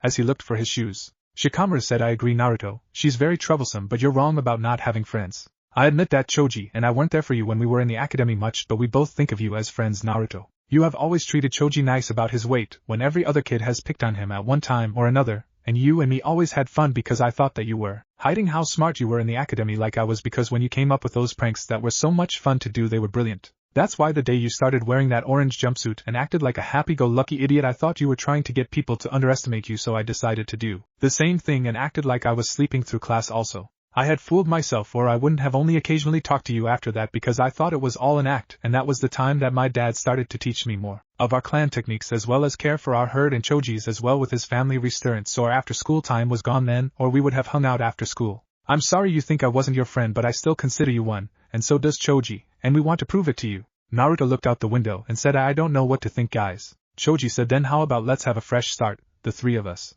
We can earn your trust and friendship, and we get to know the real you. Naruto turned and looked at both of them and said after several minutes, all right. I will try, since both of you have never hurt me outright before, but what about, as he stopped and bit his lip. Choji said, she's going to have to earn your respect on her own, Naruto, as well as your forgiveness.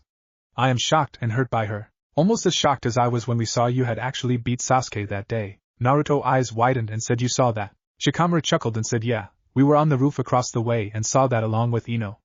We also saw when you nearly tricked Sakura into that kiss. That's what I think she went to your apartment that day in the first place for, was because she came up with some kind of stupid plan. Naruto sighed and said, alright, I don't want to talk about her or that anymore right now, guys. You said we need to get breakfast, and I am still hungry. As he rubbed his stomach, Shikaku, who was standing in the door, said, that's understandable, Naruto. Your body ate most of the fat reserves it had built up during that time, so you really don't have much in the area of food energy in your body. However, you can't have ramen all the time, Naruto. You're going to have to cut it down to once a day because you need to eat a more balanced diet to get stronger and also to make sure you don't accidentally die from shock of eating, which happens occasionally when people go through what you just did. I will meet you boys at the table as Yoshino has already prepared the food, so hurry up. As he turned and left, Shikamaru got up and got some cloths out of his dresser and said, be right back. As he went to change, Choji got up and grabbed his cloths from another drawer, and Naruto raised an eyebrow, and Choji said, Shika and I hang out at each other's places so much it's just easier to keep half our cloths at the other's place for later use. As Shikamaru came back and dressed normal, and Choji left, Shikamaru grabbed the cloths for Naruto his mother got him, and said, these will do for right now. I think Dad and the others are planning on getting you some new cloths later today. Naruto looked away and asked, do you think I am the QB, Shikamaru? Shikamaru walked over to his dresser and got a scroll, and Naruto watched as a book popped out of the scroll, and he said, this scroll is you, Naruto. This book is QB. And he resealed it, and said, you may have it in you, but it's not you. Naruto smiled a small smile, and Shikamaru said, you know, I think that's the first real smile I've seen from you in nearly 5 years. Naruto's smile slipped, and said, I. Shikamaru said, don't worry about it. Hey, raise Choji, better go get dressed or you will miss breakfast. Friends are friends, but good food is something that comes first to Choji and their family. Choji said, hey, jerk. Earning a snicker from Shikamaru and a laugh from Naruto, who quickly got up, and when he came back a few minutes later he had on a pair of black pants, a fishnet stocking with a brown shirt underneath it, and his weapon holsters on each pant leg. All 3 boys came down the stairs and went to the dining table, and Shikaku said, though my wife's not here, still eat with manners, Naruto, so in case she shows up she won't go medieval on you. Naruto said, you know, I think if her and QB ever got in a fight in the bathroom she would win and send him packing. Making everyone laugh. Shikaku said, yeah, she is like a beast sometimes. Shikamaru said sometimes. Shikaku snickered and said alright, most of the time, but I love her. They all three ate quickly some steamed rice and biscuits with a few small deer bacon. After they finished, Choji said, well, we got to go, Naruto, to meet our sensei. We will see you later, okay? Naruto said, alright. Both boys then left, and Naruto asked, where am I to stay at? Shikaku said, let's worry about that later, we got work to do if we want to train. Follow me. As he led Naruto outside, and then they went inside a gate and walked toward a set of woods, and Shikaku said, alright Naruto, I don't know a lot about your actual skill level, so I have a task you can help me with while I judge your skills. I want you to create as many cage bunshin as you can and have them form a straight line every 5 feet apart, and I want them to pick up 2 sticks and walk along the edge of the fence around this field, and then when they're in position I want them to march forward while hitting the sticks together until they make it back into this field. The noise should make all my family dares to come out of the woods. While that is happening, the original you and me will then move one at a time into a holding pin where I can check them. Naruto asked, how will this help judge my skills? Shikaku said, by showing me how many you can make, how well you follow orders of a superior, how much chakra you waste in making jutsu, and also to test your stamina, and how fast you learn, because before we finish this I am expecting you will be able to check the dares yourself, or at least check most of the things yourself, so are you ready? Naruto nods and Shikaku said, begin when you're ready. Naruto said, oh? Sorry sir. Shikaku said, just call me sensei for now. Naruto said, yes sensei. As he put his hands together and said, Kage Bunshin no Jutsu. And 30 appeared. Shikaku frowned and said, I was told you could make way more than this, Naruto. Did I hear wrong? Naruto said, no, I could make more if I have to. Why? Shikaku said, do it again, but this time make as many as you can. Naruto said, okay. As he put his hands together, and he gathered his chakra and said, Tajua Kage Bunshin no Jutsu. And the clearing was instantly filled with Naruto's, making Shikaku wide-eyed, and he quickly got a rough count and thought 400, not bad kid. And said, good, now do as I ordered. And the Kage Bunshin started to grab sticks and run around the edge of the fence, but a few got into a fight and dispelled themselves or tripped, so it took about 20 minutes to do as ordered, and Naruto and Shikaku waited as they heard sticks hitting in the woods, and Naruto saw as a deer came out, and soon several others and more, and he asked, hey, how come some have things on their heads and others don't? Shikaku said, those things are called antlers, Naruto, and those are men, while the ones who don't are women. Naruto said, oh? I see. While this was happening, Choji asked Shikamaru, what should we do about Ino? Shikamaru said, let's act like we don't know anything, including where Naruto is. She still thinks he left, and until he recovers a little I am not letting her get near him. Choji said, I know. Did you see the pain he's in? Shikamaru said, see it, I can still feel it. Ino has successfully killed the sun. I don't know if it will ever rise again. As they continued on in silence. As time passed, Naruto said, hey damn it, one just killed one of my Kage Bunshin. Shikaku said, yeah, we always have a buck or two that decide to fight instead of going with the herd. Don't worry about him for now. Naruto nods, and soon most of the deer and Naruto Kage Bunshin were in the field. Naruto asked, what now sensei? Shikaku said, alright, that was real good, Naruto. Now you see that big square fence we have over there? That is the larger holding pin. What I want you to do is help separate the males from females and move the males into the holding pin. It might be easier to just move the females to that circle pin first, but this is a test for you, as I will wait until you can do this. Naruto nods and asked, what if they attack again? Shikaku said, the males most likely will if you try to separate them right now. Naruto said, then I guess I will start with the females.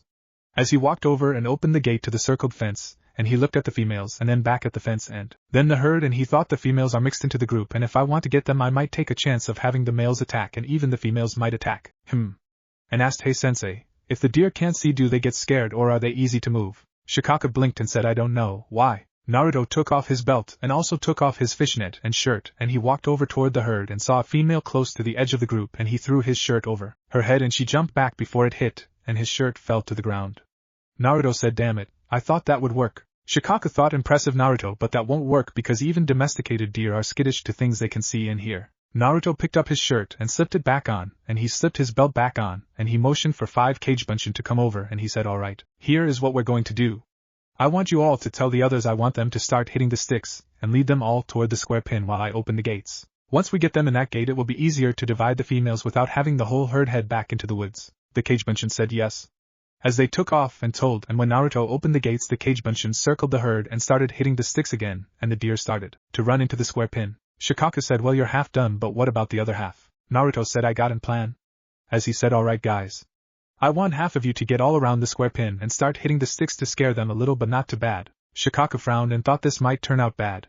And Naruto said, now the other half, I want to prepare the gate that runs between both pens, and when a female gets near the opening, all of you on that side stop hitting and open the gate, but if a male starts going toward that side, start hitting again. Shikaku crossed his arms and thought, impressive but wasteful. As he watched as Naruto plan did work, and after a few close calls of getting a male and the female pin, he was able to separate them. Shikaku said, well done Naruto for your first try, but it took you an hour to do so when you need to get it down to half the time, so dispel the clones, and then we can prepare the next part. Naruto dispelled them and Shikaku thought I expected that to knock him out, or at least give him a headache, but he seems fine. Naruto asked, what now sensei? Shikaku said, now Naruto, what we are going to do is call the females and check their health and see if any are in heat. Naruto asked, what's heat? Shikaku said, it's a time when the females can get pregnant. A female voice that both knew said it's also the time when the males get overexcited.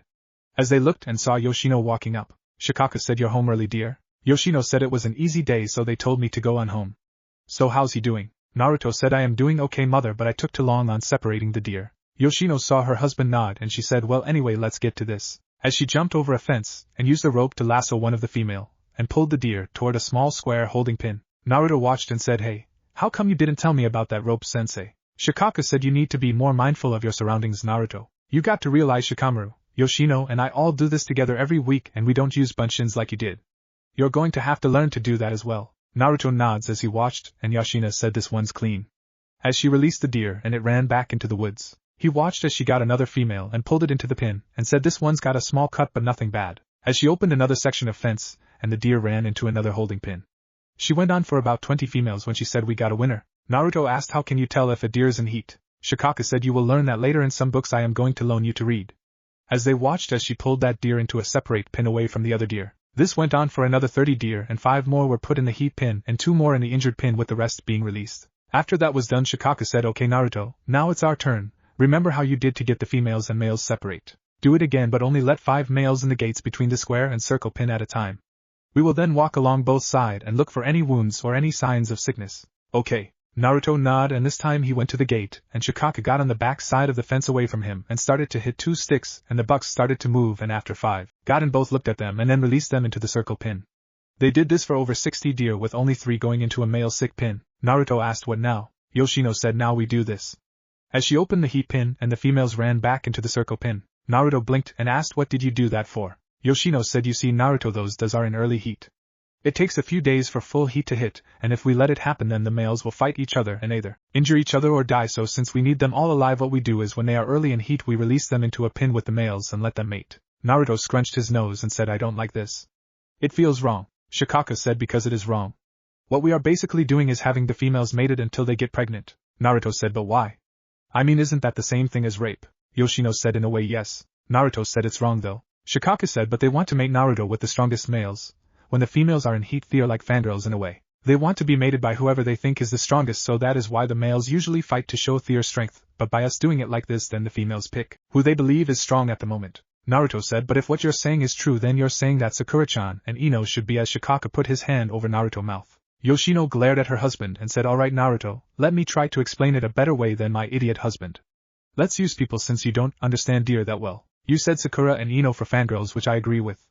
Now they both believe that Sasuke is the strongest, so they want to be with him. Now Sasuke is not actually the strongest, but they think he is because nobody has fought him and proved they are stronger, so if Sasuke wanted to he could mate with one of those girls, but if he doesn't he runs away like those few in the corner of the pin are. As they leave the females alone the number of males who would mate with them gets smaller and smaller, so they have to guess who would be strongest next, and so on, and so forth. Meaning next would be maybe Kiba, and then maybe Choji or Shino, and then Shikamaru and you. The females will eventually find a male that wants them and then they will mate, and until they are out of heat, or until they are pregnant. Now after one of those 2 things happen the females will remember who chose them until their next heat, at which time it starts all over again next month, and none of the males actually had to fight to prove who was best. Naruto said, I still don't like it but I understand it a little better. Shikaku said, at least human females aren't like deer and have heats. Naruto said, actually they do. Yoshino said, no they don't, not like deer Naruto. Naruto said, yes they do. I read about it in a book from GG Office once. It's called Ovulator or something like that. Making Shikaku back up and Yoshino open and close her mouth a few times and asked what book was that Naruto. In a sweet voice, Naruto said, it's the one with the pink cover and the girl in a towel. Why? As he looked at her, Yoshino looked at her husband and said, you are to give him the talk while I go see the Hokage. Do I make myself clear? Shikaku nods and Yoshino leaves. After she was gone Shikaku said, well I think that's enough for today here Naruto. The injured will rest until their wounds heal and in a day or 2 we will release all the others back in the woods. Let's go. As he led Naruto away, at training ground 7 Kakashi arrived and Sakura said, you're late, and that baka Naruto hasn't showed up either sensei. Kakashi said that's because Naruto is no longer a member of Team 7. Sakura said finally, that baka should not even be a ninja and now it's just you and me Sasuke-kun. As she wrapped her arms around him, Sasuke grunted and asked what happened to the dobe. As he broke free, Chusa walked up and said he was reassigned because his skills are better suited for a more specialized training. How's it going, Kakashi? Kakashi said fine, Chusa, but what are you doing here? Chusa said I just came by to find out if there is anything special you think we should know about Naruto. Kakashi asked what's his specialty going to be if I may ask. Chusa said CIA. Kakashi I got wide and said interesting. It's been 30 years since the last CIA ninja we had. Chusa said yeah, the Night Aim Hokage to be exact. So anything we should know. Kakashi closed his book and said stealth is ANBU level already, chakra level is Kage level, but his control is Academy. He has no true taijutsu to speak of, and I have talked to Guy, and the only one he could think of that would fit Naruto he doesn't know, and I don't know enough to teach it. Speed is high Chunin if he goes all out, but most of the time he is actually mid-Genin. Stamina is Jounin level, trap making is ANBU as well, his pain resistance is Jounin level, or better he's also got senses as good as an Inuzuku. I wouldn't be surprised if he knows my previous post. Chusa said about what we came up with also. Kakashi said are you aware of his apprenticeship? Chusa said yes, we are aware of all that. Kakashi asked who's going to teach the other skills? The Hokage told me your trio was teaching him the art, but what about the other half? Chusa said the dueling sadist. Kakashi chuckled and said if they don't kill each other he should make a good one. Currently there is very little I can teach him besides experience and teamwork, since most of my arsenal is either too specialized or have too high of chakra control required, and I don't have the time to get it under control myself. Chusa said don't worry about it. We will make sure he knows the truth. Well, take care. As he turned and left, Sakura and Sasuke were looking at Kakashi, and Sakura said you lied to him, sensei. Naruto's skills aren't that good. Kakashi looked at her and said actually Sakura, if Naruto didn't hide his real skills and had just a little better chakra control he could have been the rookie of the year the past 3 years. It's chakra control that held him back all 3 years. If his stealth skills were not ANBU level, then how did he paint the Hokage monument in broad daylight without being caught until he threw an exploding tag off the mountain to draw attention? If his speed and stamina were not as high as they are, how did he keep from being caught for 3 hours by 2 squads of ANBU and 12 Chunin? I hate to tell you this, Sakura, but remember the ninja rule. Deception is a ninja best ally, and Naruto has deceived you and the rest of the academy for years. Sasuke gritted his teeth and asked what does CIA stand for? Kakashi pulled out his book and said capture, interrogation/information, and assassination depending on the situation. Now let's go to the academy and meet our new teammate. Sasuke said why does the dobe get picked for that and not me? Kakashi said because you are not suited for that. You an assault type ninja and Sakura is a medical or genjutsu specialist type. Now let's go. Both Genin deflated at this and followed Kakashi. Earlier at Team 10 training ground, Ino walked onto the field slowly with her face down, and Asuma looked at her as Shikamaru slept under a tree and Choji ate. Asuma said you're late, Ino? Ino looked up and had a bruise on her cheek and red tired looking eyes and said sorry sensei. Asuma got up and walked to her, and asked what happened. Ino said a wake-up call. I did something that hurt someone I know really bad. Asuma said I see. Is this about Naruto? At Naruto name Ino flinched and Shikamaru sat up and asked what about Naruto? Asuma looked at the boys and said I thought your dads would have told you about it. Ino looked down and Shikamaru asked about what? We had an old friend staying at my place last night, and when Dad and them got back they didn't want to talk about their mission. Was it something to do with Naruto? Ino said it's my fault. I did something to him that hurt him really bad, and then as she burst into tears again. Asuma sighed and said it's okay Ino, did Naruto hit you?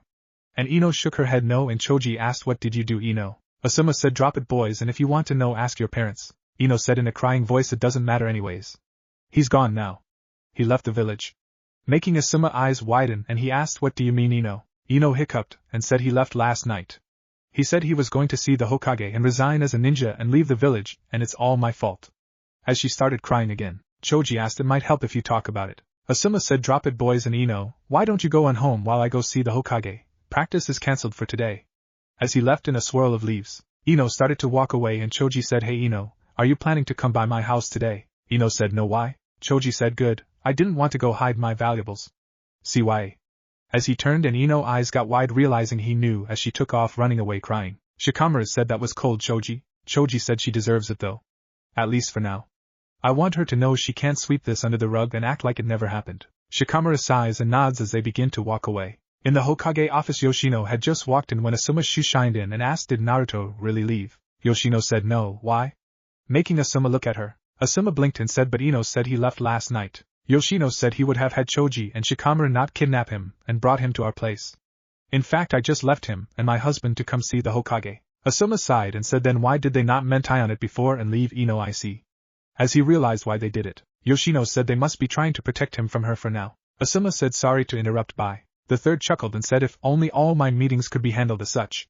So what can I do for you Mrs. Nara? Yoshino smiled a sweet smile and asked in a sickening sweet voice, what were you thinking letting Naruto read that book? As she pointed to his itchy paradise book hidden under a stack of paperwork. The third paled and Mount St. Yoshino blew again as she gave him a verbal tongue lashing that lasted an hour. Chapter 5. When Naruto and Shikaku all got back to the house, Chuza and Inoichi had already arrived and Shikaku said it's time to go to Red's. As he grabbed Naruto's shoulder and all four shined away. When they reappeared they were inside a private club and a man in a business suit said he's not allowed in here.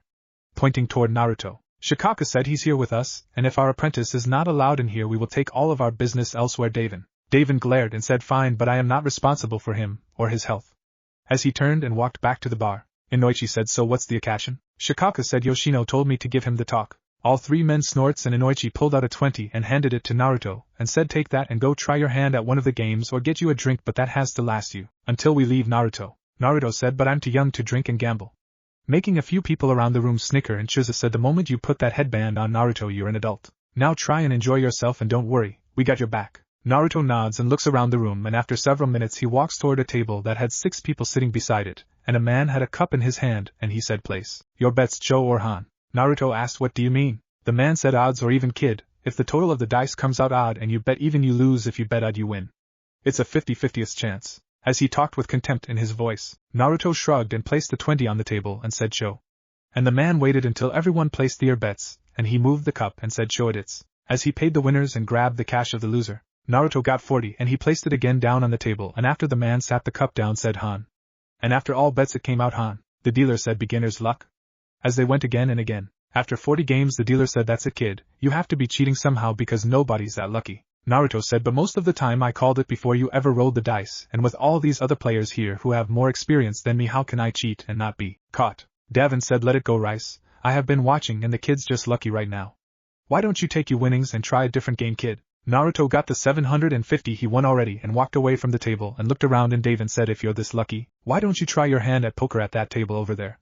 Pointing to a table where only 3 people were sitting. Naruto shrugged and walked over and asked, so how do we play this? The dealer pointed toward a picture of sets of hands under a glass top, and he said the higher hand wins basically. Naruto sat down in front of the picture and said, alright, how much do I bet? A man in a black cloak said, just bet your max, and we will all match it since you're new here. Naruto said, alright. At the bar Inoichi asked, so should we stop him or? Chuza said nah, he needs to see how a card shark operates cause he may have to hit a club or 2 as he gets older for info. The dealer passed out the 2 cards to each and he flipped 3 over, and he said okay, anyone like to fold? Naruto looked confused and the dealer said it means quit, kid. Naruto said no, that's okay, I got for a straight flush see.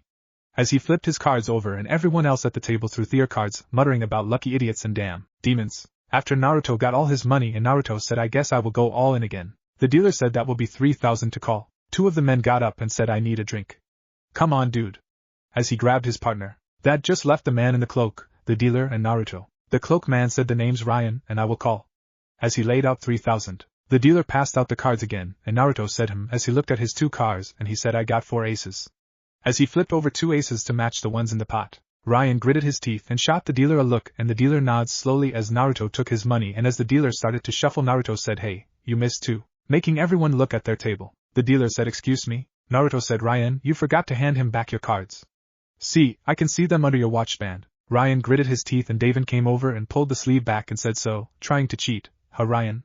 Thanks kid. This guy's taken a few of my friends to the cleaners lately. Naruto said sure I guess.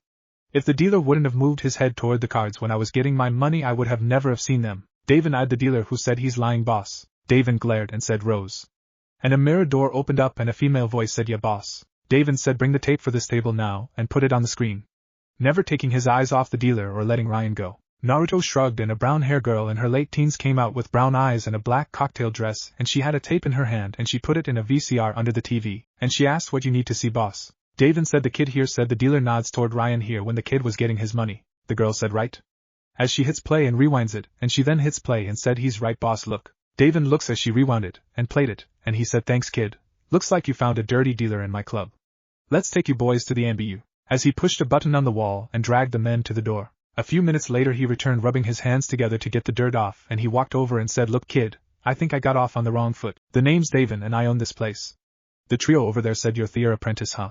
Naruto said yeah, the name's Naruto Uzumaki. Davin said yeah kid, everyone knows you, but look, since you not only helped take a shark out for me but also gave me proof of a dirty dealer you can come here whenever you want. You got my respect kid. Naruto smiled a little and said thanks Daven. Daven said no problem. Look, you don't seem to be that interested in this stuff, are you? Naruto said not really. In fact, only reason I am here is because Shikaku-sensei was told to give me some kind of talk that Yoshino told him to give me. Shikaku slammed his head on the table as several people snickered and Daven said yeah. I see. Tell you what kid, how about you go on into the back room with Rose and she can help give you the talk along with help you if you need it. Give the kid the works Rose because I want him to come back over and over again. When word spreads about his luck people are going to want to see if the rumors are true and I want a chance to win some of that money back. Okay, Naruto said hey, if you're not going to throw me out like most places I will come back whenever my sensei will let me. Daven said that's good kid, now go on back and have fun. As Rose walked over and put her hand on his shoulder and lead him to the back. After the door closed Inoichi burst out laughing and said you do know that Yoshino going to kill you right? I mean you just got him sent to a brothel. Shikaku muttered troublesome. Daven walked over and said the kid's not so bad. Inoichi said and? Daven said so what did you really bring him for? Shikaku said the kid's being trained to be CIA. He's going to need to know about the market. Think you can help get him a few contacts? Daven said perhaps.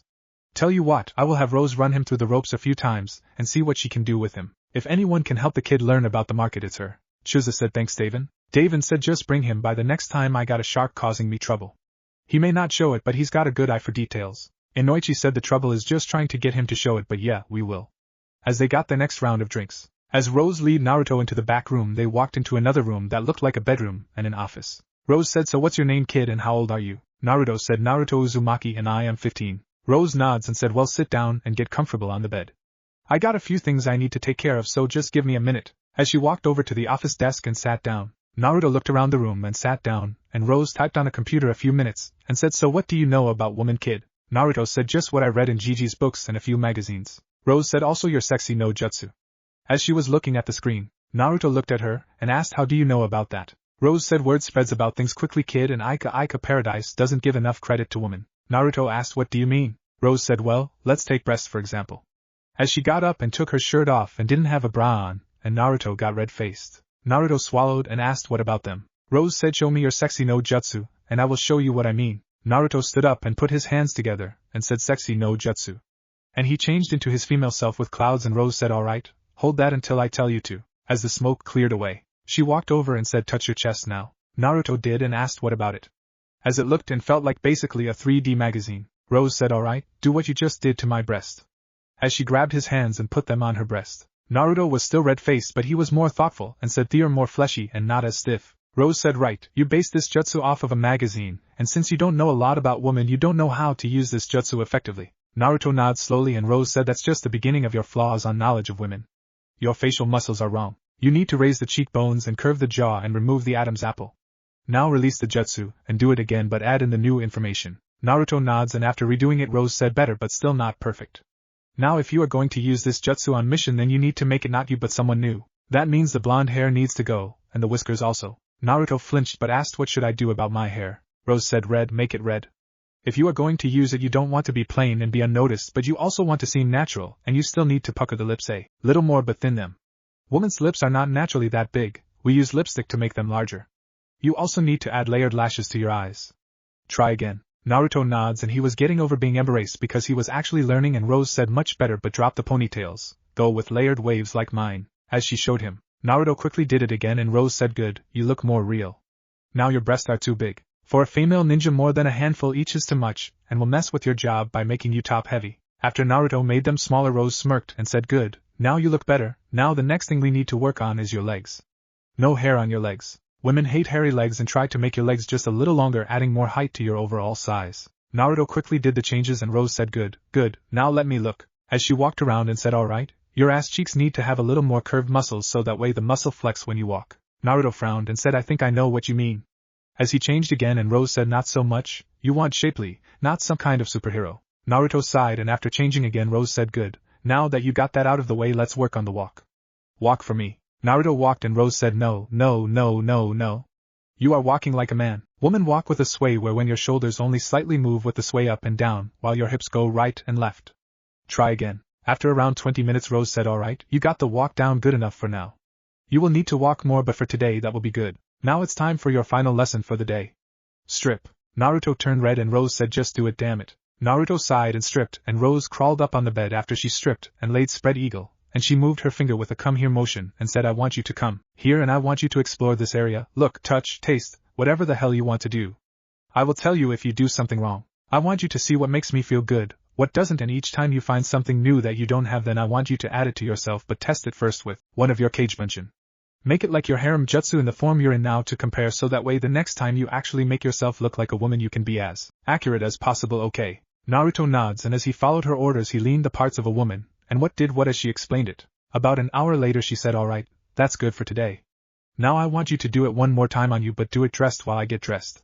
As she got up off the bed, Naruto got up and Rose quickly got dressed and when Naruto changed into a female again Rose said good, now let me hear your voice. Naruto asked like what? Rose said softer Naruto. Naruto asked in a softer voice like this. Rose said good. Now you have a new look and you need a new name I know. As she clapped her hands and a man walked in and said yeah boss. Rose said Tom, I need you to make a new identity for Miko here. I want you to put her age at 16. Her home village is Tanaka City. She's comes and goes as a traveler, parents deceased and no last name. Tom pulled out a camera and took a picture of Miko and said give me a half hour. As he left, after the door was closed Naruto asked what was that? Rose said giving you a background so that way if you ever need to be a woman to infiltrate so you can assassinate someone then you have everything ready. I got a mission for you.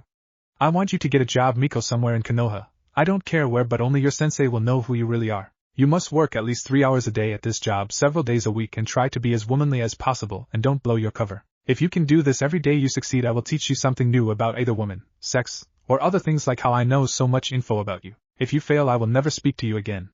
Do you understand? This is a once-in-a-lifetime offer. Naruto nods quickly and Rose said good, now remember, you are Miko, not Naruto, you can't act like Naruto.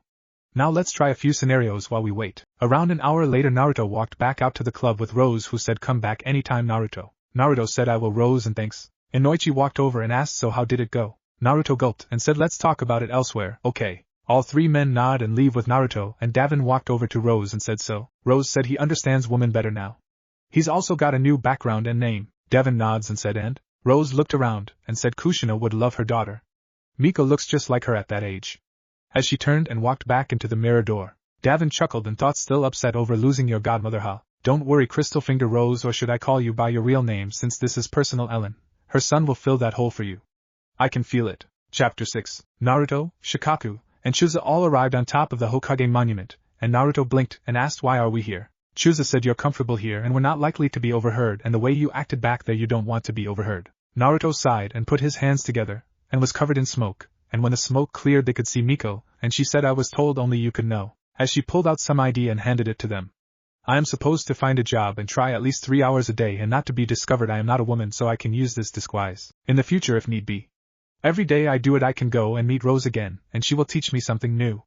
As she took the ID back and changed back into Naruto, all three men looked at each other and Inoichi said alright, answer me something.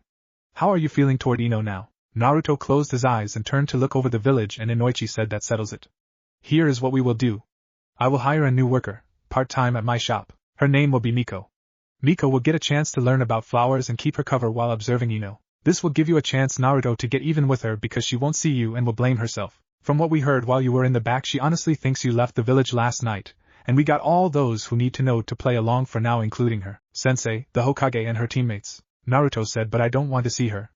As he glared at Inoichi, Shikaku said I think it's a good idea Naruto because you need a job but you also need somewhere that we can still have control of your training. If you are going to impersonate a woman then you need to know what women think and act and Ino is a perfect example, and she can explain flowers to you. I know you don't want to do it but think about the deer. You know we don't want to do what we did with them but it is necessary. This is necessary as well because there will be times you will have to work with others you want like or who won't like you and maybe even Ino herself. At least this way if you can actually fake being a woman and not get mad at her then perhaps Rose will help you even more. Naruto frowned and said I don't know if I can.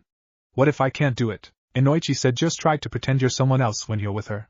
Maybe think of yourself as Miko like you have always been a girl and then when you're Naruto. Naruto bit his lip and he said I will try but I don't like it. What if she asked me things I may pretend to be a girl but my mind is that of a guy's. Chusa said that's why this will be a good experience for you Naruto. If you are going to fake being a woman then you need to be able to think like one at least enough to fool people. Naruto turned and asked but why am I faking being a woman?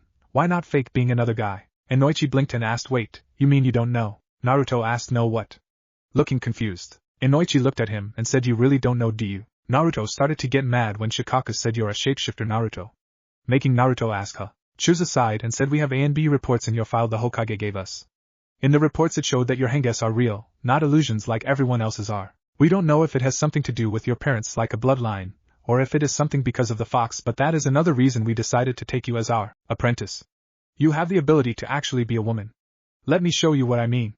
Change back to Miko a moment. Naruto did, and then Shikaku was covered in smoke and changed into a woman, and Chuza touched Naruto's head and said, "See, you appear to be a taller woman, but when anyone else does it." As he went to touch Shikaku, his hand went right through the illusion, and it distorted, and Naruto said, but as Shikaku dropped his hinge, Inoichi said, "That's why every person you knocked out doing that jutsu passed out, because as best as they can tell you are really a woman in that henge, because nobody can detect it unless you do something to make us believe you are one, and I have been standing here doing every dispel technique that is known, and you are still a woman at this point, meaning that it is impossible to dispel, giving you the perfect tool to infiltrate places that some people can't." Miko pouted and said, "Nobody told me. Nobody ever tells me anything about me, not my parents, not the fox, not my ability, not how to live. It's so unfair. Stupid Baka Fox, it's all his fault." As she crossed her arms, Inoichi said, "Now do you understand why we are pushing you into doing this?" Miko said, "Fine, but I still need a place to stay, and since I won some money I need to get some new cloths as well for Naruto and myself, because I can't be only wearing one set of cloths." As Miko looked at them, Inoichi sighed and said, "You sound more like a woman every minute, Miko." Miko said, "I am one Yamanaka-sama. I'm 16 years old, and I have been traveling since my parents died when I was little. They were merchants who were attacked by some bandits. I picked up a few things over the years, and even though I never went to the academy, I do know a little about chakra, but not much. I would really like a job so I can perhaps settle down here and find me a place to live." All three men were stunned, and Inoichi said, "Just call me Inoichi, and I happen to have a place you can stay for a while at my place." Miko frowned a moment, and said, "How much is rent, Inoichi-san?" Inoichi said, "Don't worry about it. As long as you work for me you can stay there." Miko said, "Thank you, sir, that will be very helpful." Chuza said, "Alright Miko, that's enough for now. It's time for Naruto to train some more." Miko pouted and said, "No fair." As she was covered in smoke, and Naruto put his hand on his forehead and said, "Whoa, that was weird." Shikaku asked, "What do you mean?" Naruto said, "I felt like I was someone else. I mean, I felt like everything she was saying was real, and I was watching just like you were. I could still see and hear, but it felt like my body was someone else." Inoichi closed his eyes and said, "Let's worry about it later, Naruto." Chuza, I think you were next. Chuza said, "Yeah, come on Naruto. It's time to teach you at my house." As he placed his hand on Naruto's shoulder and left in a shushin. After they were gone, Shikaku said, "MPD?" Inoichi said, "Looks like it. I think with us pressuring him into doing it, as well as his mental state for the moment, his mind fractured just enough to create a second personality. Truthfully, I am surprised it hadn't before now though. Miko already is treating Naruto as a third person from her speech about cloths, and Naruto seems to be able to tell Miko is different." Shikaku asked, "How do you want to do this? I mean, you know more about the mind and mental disorders than either of us." Inoichi said, "For now I will observe and see if it is really one, or if he is really a good actor, and if so determine if it is a conflicting personality. If it is, then I will help him deal with it, but if not, then it might help him." Shikaku said, "Alright, well I guess I better go home and see if my wife killed the Hokage. CYA. As he shushined away. Inoichi thought, what a mess. As he shushined away, Naruto and Chuza both appeared in Chuza's house, and Chuza said, "Alright Naruto, my wife is at the restaurant most of the time, so you won't see her much, so it's just you and me for now. I know you can't read kanji. I got a few books on kanji for you to read today to help you overcome this problem. They are over there on that table, along with enough pens and paper for you to use 10 kage-bunshin to learn and read from them while practicing. Don't have them dispelled because I will be checking them and make sure they are doing right and help correct any mistakes they make. Now do you know how to read normal?" Naruto sighed and said, "Mostly there are still times I have trouble." Chuza said, "That's okay. Everyone has trouble sometimes, but me and the others are here for you now to help you with them. Now go ahead and create those kage-bunshin while I go get some stuff." Naruto nods and creates 20, and Chuza said, "That's fine Naruto, we will work on control with those other 10 in a moment. Just get 10 started on what I told you to." Naruto said, "Okay, you heard him guys." 11 of them started to go over, and one got pulled back by the real Naruto, and Chuza returned with a cutting board, a knife and several vegetables, and he said, "Alright, the 10 of you that are left, I got 10 leaves. I want you each to put the leaf on your heads like this, and use your chakra to make it float just a little above your head. Too much and it will blow off, too little and it will fall off or won't move. Now you try while me and the original start." As he demonstrated what to do, and the clones grabbed a leaf he had in his hand, and the real Naruto went to a dining table where Chuza was. Chuza said, "Alright Naruto, this is going to help you with your diet as well as your skills with a bladed weapon like knives and kunais." As Chuza's speed sliced a carrot in less than 2 seconds into pieces as thin as paper, shocking Naruto. Chuza chuckled and continued, "It will take you a while to be able to do that, but I will show you how, but we got to start with the basic. I don't know if you know vegetables or not, so I will just call out the name and show you how I want you to cut them and help correct you as we go along, okay?" Naruto said, "Okay." Chuza said, "Now can you create any more kage-bunshins?" Naruto said, "Of course, why?" Chuza said, "Create a small number of them, and I will get them started on something else real quick." Naruto created about 15 and Shiza pulled out several recipe cards boxes and he said, alright, I want you each to pick a card in these boxes and read it until you can tell me everything on it without trying. I will come around and test you when you think you got it, and if you do then you will go to a new recipe. If not you will have to keep reading until you can tell me the directions exactly right. This is a memory exercise as well as cooking help. This will help your future training greatly as well as your life. Now take them and begin now Naruto. That item I cut was a carrot. It is good for eyesight. Now how you cut them is like this as he started to teach Naruto slowly how to cut, how to hold a cutting knife and other things. While this was going on Shikaku arrived back at his house and saw Shikamaru playing shogi with a cage bunshin of Naruto, and Choji was talking about ramen with another, and he looked over at a cage bunshin of Naruto who looked scarred for life talking with Yoshino at the eating table, and he saw a couple of others all still working on kanji, and he said, how are they still here? I thought they would be dispelled by now. The one at the table with Yoshino said, kill me please, I never want to hear another do and buck lesson of life again. Everyone looked at him and Yoshino said I thought you might need some help so I gave his cage bunshin the talk also. Where's Naruto? Shikaku said he's with Shiza for now and then he's got some other things he's got to do that's secret. Yoshino nods and asks so how did he take it? Shikaku said okay, why? Yoshino said just wondering. Shikamaru's voice caught everyone's attention and he said good job, it took me 22 moves to beat you that time going up from the 10 originally. The clone said maybe I can get good enough to beat you eventually. Shikaku said well how close are you guys to running out of chakra? One doing kanji said I think a while. We're not really using any energy right now but I don't know. Shikaku frowned and looked at the other ones in the room and he said you should have all been dispelled when we left earlier today from being so far away from the original. Naruto. That was over 3 miles difference between you and the original and most cage bunshins only go about 1 mile at most. One said well what can you say, I'm not normal and why do I feel like I had a sex change earlier? Making everyone look at the clone and then back at Shikaku who asked do any of you others feel that way? 3 raised their hands and he said it appears information can go both ways indirectly. Choji looked up and asked did Naruto have a sex change earlier? Shikaku sighed and said sort of. I can't explain it because it's a secret to his training but he's still a man and don't meant high on any of this to anyone. Shikamaru said troublesome. So he used the sexy no jutsu again. And Shikaku sighed and nods and Choji said oh, is that all? As he went back talking about ramen, Inoichi appeared inside his flower shop and he looked around and saw the closed sign and he thought strange, why is the shop closed and Ino here? As he went toward where he felt Ino chakra, he went up the stairs and heard crying and he saw Ino door was open and he saw her sitting on the floor with her knees to her chest crying and he walked over and sat down behind her and put his arms around her and said there princess, tell daddy what's wrong. Ino cried and said everyone hates me and it's all my fault. Naruto gone and they hate me for it. Inoichi said what makes you think everyone hates you dear? Ino said because Choji said he didn't want his valuables to come up missing. They both know what I did. As she burst into tears again, Inoichi sighed and said you have to understand Ino a lot of people who know you have been hurt by you and their trust in you has been put to the test but not everyone knows. Ino said but Naruto left and once everyone finds out he left they will wonder why and then when they find out they will know and hate me. Inoichi asked what are you more hurt about, that people know about what happened or Naruto leaving? Ino said Naruto leaving? Inoichi asked why, I thought you hated Naruto. Ino looked at her dad and said I don't hate Naruto, Inoichi asked you what? Ino said I just never really got to know him. Inoichi asked so why does that hurt you more than knowing people know? I would think that it would be the opposite if you really don't know him. Ino looked down and said I don't understand it daddy. Why does it hurt so much to know that he left because of me? Inoichi said I don't know dear. It's something you will have to find the answer to. Ino said but it won't matter because he's gone and nobody is ever going to see him again. Inoichi said you don't know what you got until it's gone. Ino looked at her dad and asked daddy, can you help me please? Inoichi said I don't know dear, what do you want me to do? Ino said help me find him. Inoichi blinked and asked why? Ino turned and looked at her dad and said if I can find him I can tell him I am sorry and then he can come back. Inoichi asked why do you want him to come back dear? Ino said because if he comes back then everyone will quit hating me and Inoichi said so it is the feeling of being hated you are crying about.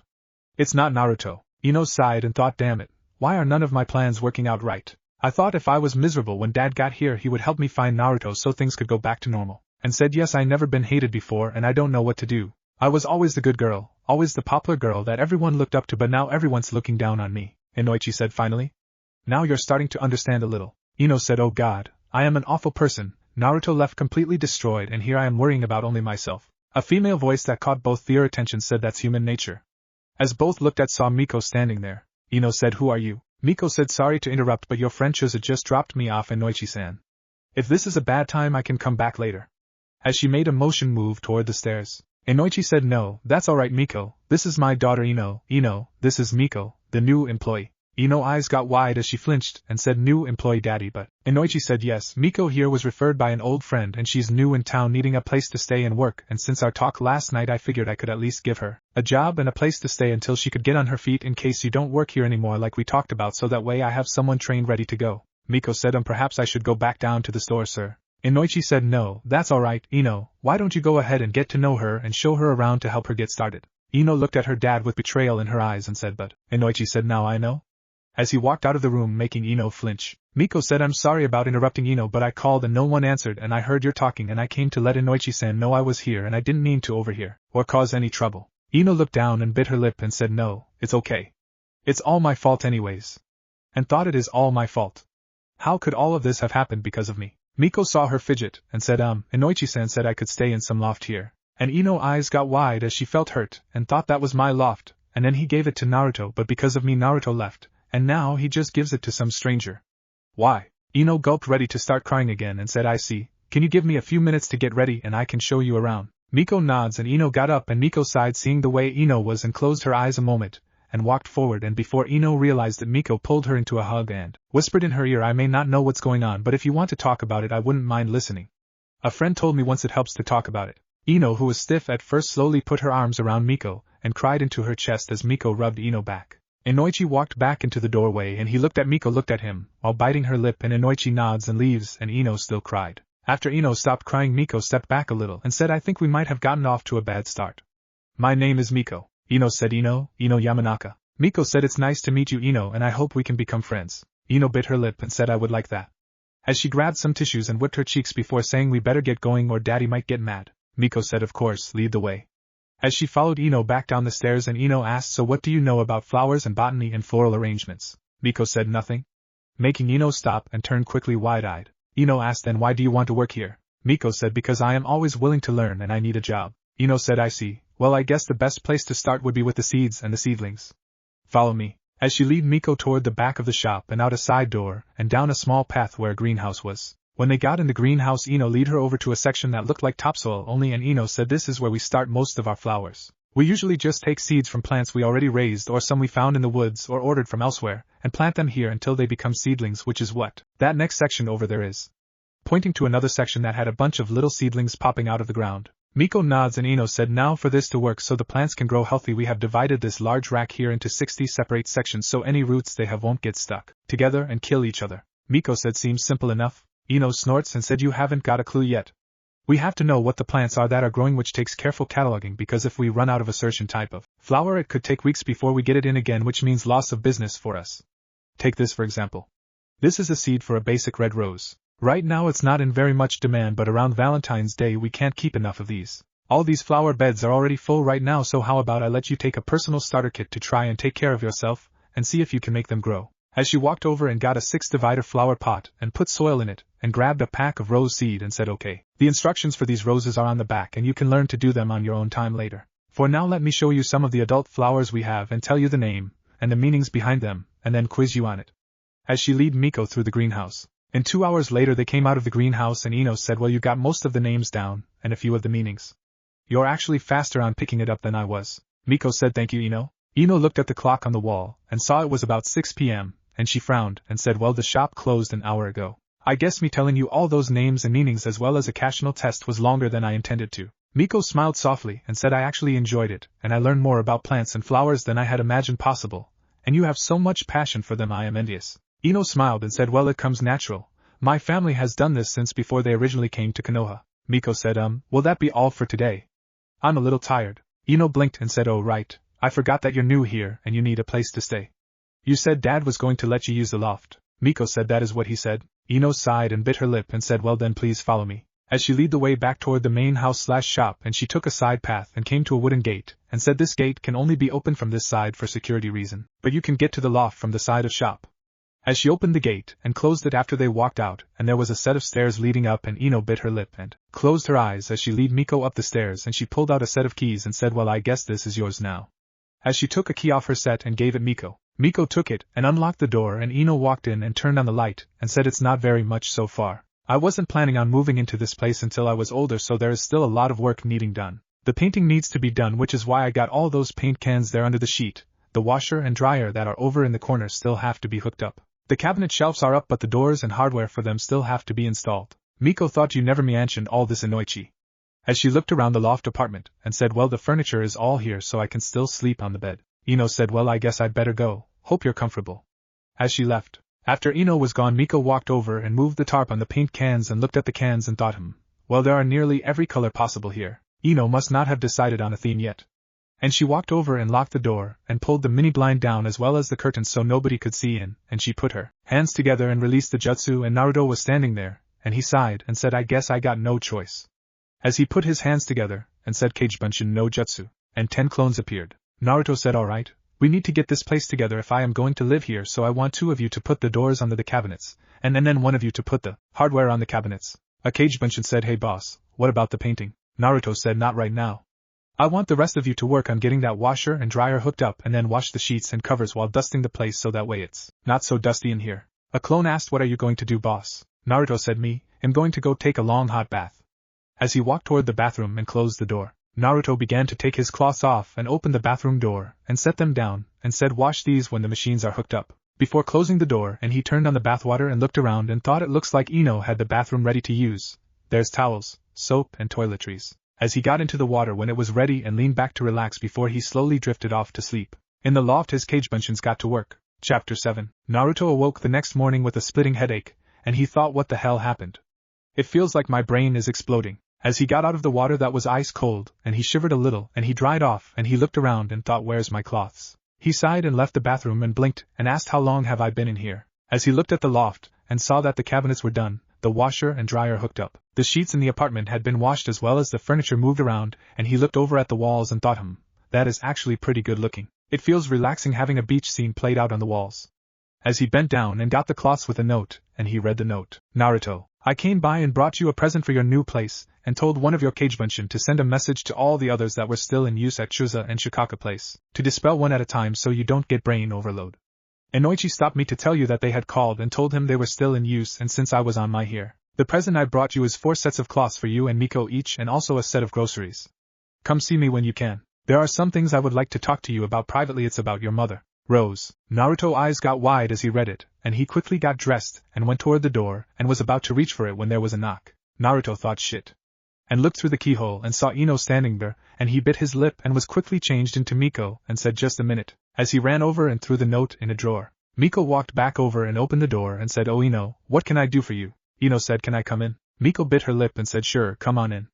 As she stepped aside and Ino walked in and went wide-eyed as she saw the change in the apartment, and she turned quickly and asked, how? Miko said, I got bored and thought I could fix the place up while I was here. I hope you don't mind. Ino looked around and said, no, it's actually very beautiful, more than I could do.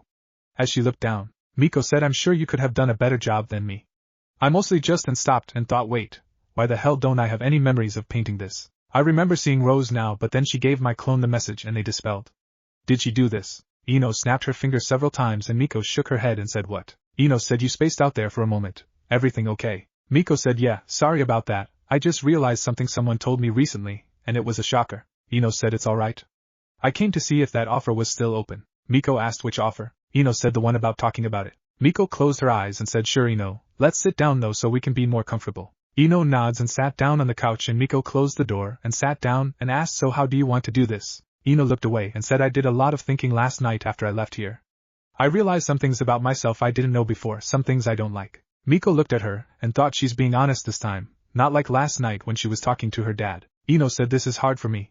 I have always been treated special by my dad, Chusa and his family, and Shikaku and his family, because I was the only girl and because my mother passed away when I was little. Choji and Shikamaru always let me boss them around because if they didn't I could cry and get them to relent, or their parents would make them. Miko said, sounds like you're manipulative. Ino glared a moment and Miko looked at her unfazed, and Ino's eyes softened and said, sorry, I don't take criticism very well. Miko asked, so what are you trying to get at, Ino? Ino said, I think if I told you everything from the beginning you would understand better. Miko shrugged and Ino said, it all started a couple of weeks ago. I had just graduated from the academy, and I was sitting on the roof of the academy along with my teammates Shikamaru and Choji. I was ranting about how unfair it was for Forehead to be on the team with Sasuke-kun. Miko put her hands together and looked on with interest, and Ino said, anyways, we saw Naruto attack Sasuke-kun, and he must have gotten lucky somehow because he tied Sasuke-kun up, and hinged himself into Sasuke and left to go, and tried to get a kiss from his crushed forehead. For some reason he chickened out at the last second, and he grabbed his stomach. I saw this and then I saw as the real Sasuke came by and he shot forehead down, and I was happy because I got an idea if I could get Naruto and Sakura together then that would make it easier for me to get with Sasuke-kun. Miko clenched her fist and thought that manipulative bitch, she was going to use me. Ino bit her lip and said I went to see Naruto after I met my sensei. Since I know Sakura so well I was planning on changing Naruto to be the perfect guy for her. Miko said it wouldn't work Ino. If you have to change who you are to be with someone then it's not you they are in love with but the lie. And thought trust me, I know from nearly kissing Sakura. Ino sighed and said you're probably right and I didn't think that it would fail because all my plans had always worked before I never faced failure before I guess you could say. Anyways I wound up never seeing Naruto that day and I wound up doing some things that were stupid thinking I was right and I wound up hurting Naruto deeply. More than you can imagine. Miko asked like what? It might help to see if you really understand what you have done, and help me to understand also. Ino bit her lip and said I accidentally stole his rent money after I broke into his apartment. Miko asked why did you break in? I mean why didn't you just wait for him? Ino closed her eyes and said I wish I had now. I really do but when his landlord told me about the window and acted like it was a common thing I figured Naruto just locked himself out all the time and I figured since I was there to help him that he wouldn't care. Miko growled a little and she said oops, sorry, my stomach growled. As she looked sheepish, Ino said oh where was I? Miko said you had just broke in. Ino said right, well I had sat down and waited a few minutes but I got bored and since I was going to try and change Naruto though the best way to prove my point was to show him that forehead would like him better if his place was nice and neat so I picked up the stuff on the floor and threw it away. Turns out those things were there to hide the fact they were really valuable to him in case someone broke in. I know it sounds dumb at first but now that I know why he did it I understand. Miko had turned her head as a tear fell and she heard Ino continue anyways after I did that I got thirsty and I checked his fridge and all he had to drink was spoiled milk. I went to close the door and the shelf the milk unbroke and spilled milk all over my dress. I had saw a paper towel holder and got some to try and get the milk off and clean up the mess when I saw some money he had hid in the paper towels fall out and I thought it was stupid to hide money like that but it turned out I was the stupid one. I took the money and put it in my pocket but then I got tired of waiting and the stains started to set and so I left. When I got home the dress was ruined so I threw it away and when I cleaned out my pockets I found the money. I started to take it back but I figured I would force Naruto to replace my dress since I stupidly believed it was his fault. Miko said so you believe that because you've been treated special all your life you can treat others like shit. Ino winced and looked down and Miko said you're shallow Ino, very, very shallow. Ino said I know I get it now. Miko said I don't know if you do. From what I heard last night it doesn't seem to be the case. It sounded like you were trying to manipulate your dad into fixing this for you. Ino winced and Miko said he knew you know. Your dad I mean. From what I can tell and from what he has acted he's not going to let you manipulate him anymore and from what I heard neither is anyone else now. You lived in a fantasy world before now Ino and they left you in the fantasy while trying to protect you from the hard truths of life. Ino asked in a defiant tone and what would you know? You don't know me or my life. Miko leaned back and said you would be surprised what I know about you Ino Yamanaka. I know that this forehead girl you're talking about is named Sakura. I know she calls you Ino Pig but I bet you don't remember who actually gave you those nicknames or why. Making Ino wide-eyed a moment. Ino asked how do you know forehead and what she calls me? Miko smiled and said I may never have met you before Ino but I know someone who has. I know Naruto. Ino flinched at that and asked how do you know him? Miko smiled and said just know that I know him better than anyone else does. I guess you could say I have been his conscience for a while. In fact if it wasn't for him I wouldn't be here. Ino stuttered what do you mean? Miko said in a way he brought me to Konoha. He called out for help and I answered his call. Ino asked do you know where he is? Miko said for now he's gone.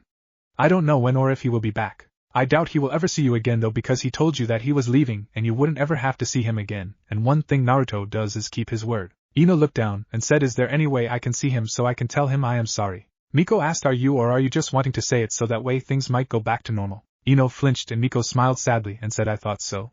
You still think you can manipulate people and get what you want? It's not going to work this time Ino and the people who know the truth about what has happened and now they can see right through you and they are not going to let you use them any longer. This time your choices have caused serious consequences that even you don't realize yet. Ino asked how do you know so much? Miko said Ino, how would you like for a chance for things to get better for you and to have everyone's respect again? Ino bit her lip and asked what do I have to do? Miko said the first thing you need to do Ino is wake up. The world doesn't revolve around you and you can't treat others and whatever they have as trash. As long as you do that people are going to treat you as trash. Ino sighed and Miko said the fact you're actually listening to me and you're showing some guilt over what has happened is a start. I can't promise that things will ever be back the way they were because everyone is always going to hold something in their hearts and minds to remember what you did, even if they forgive you.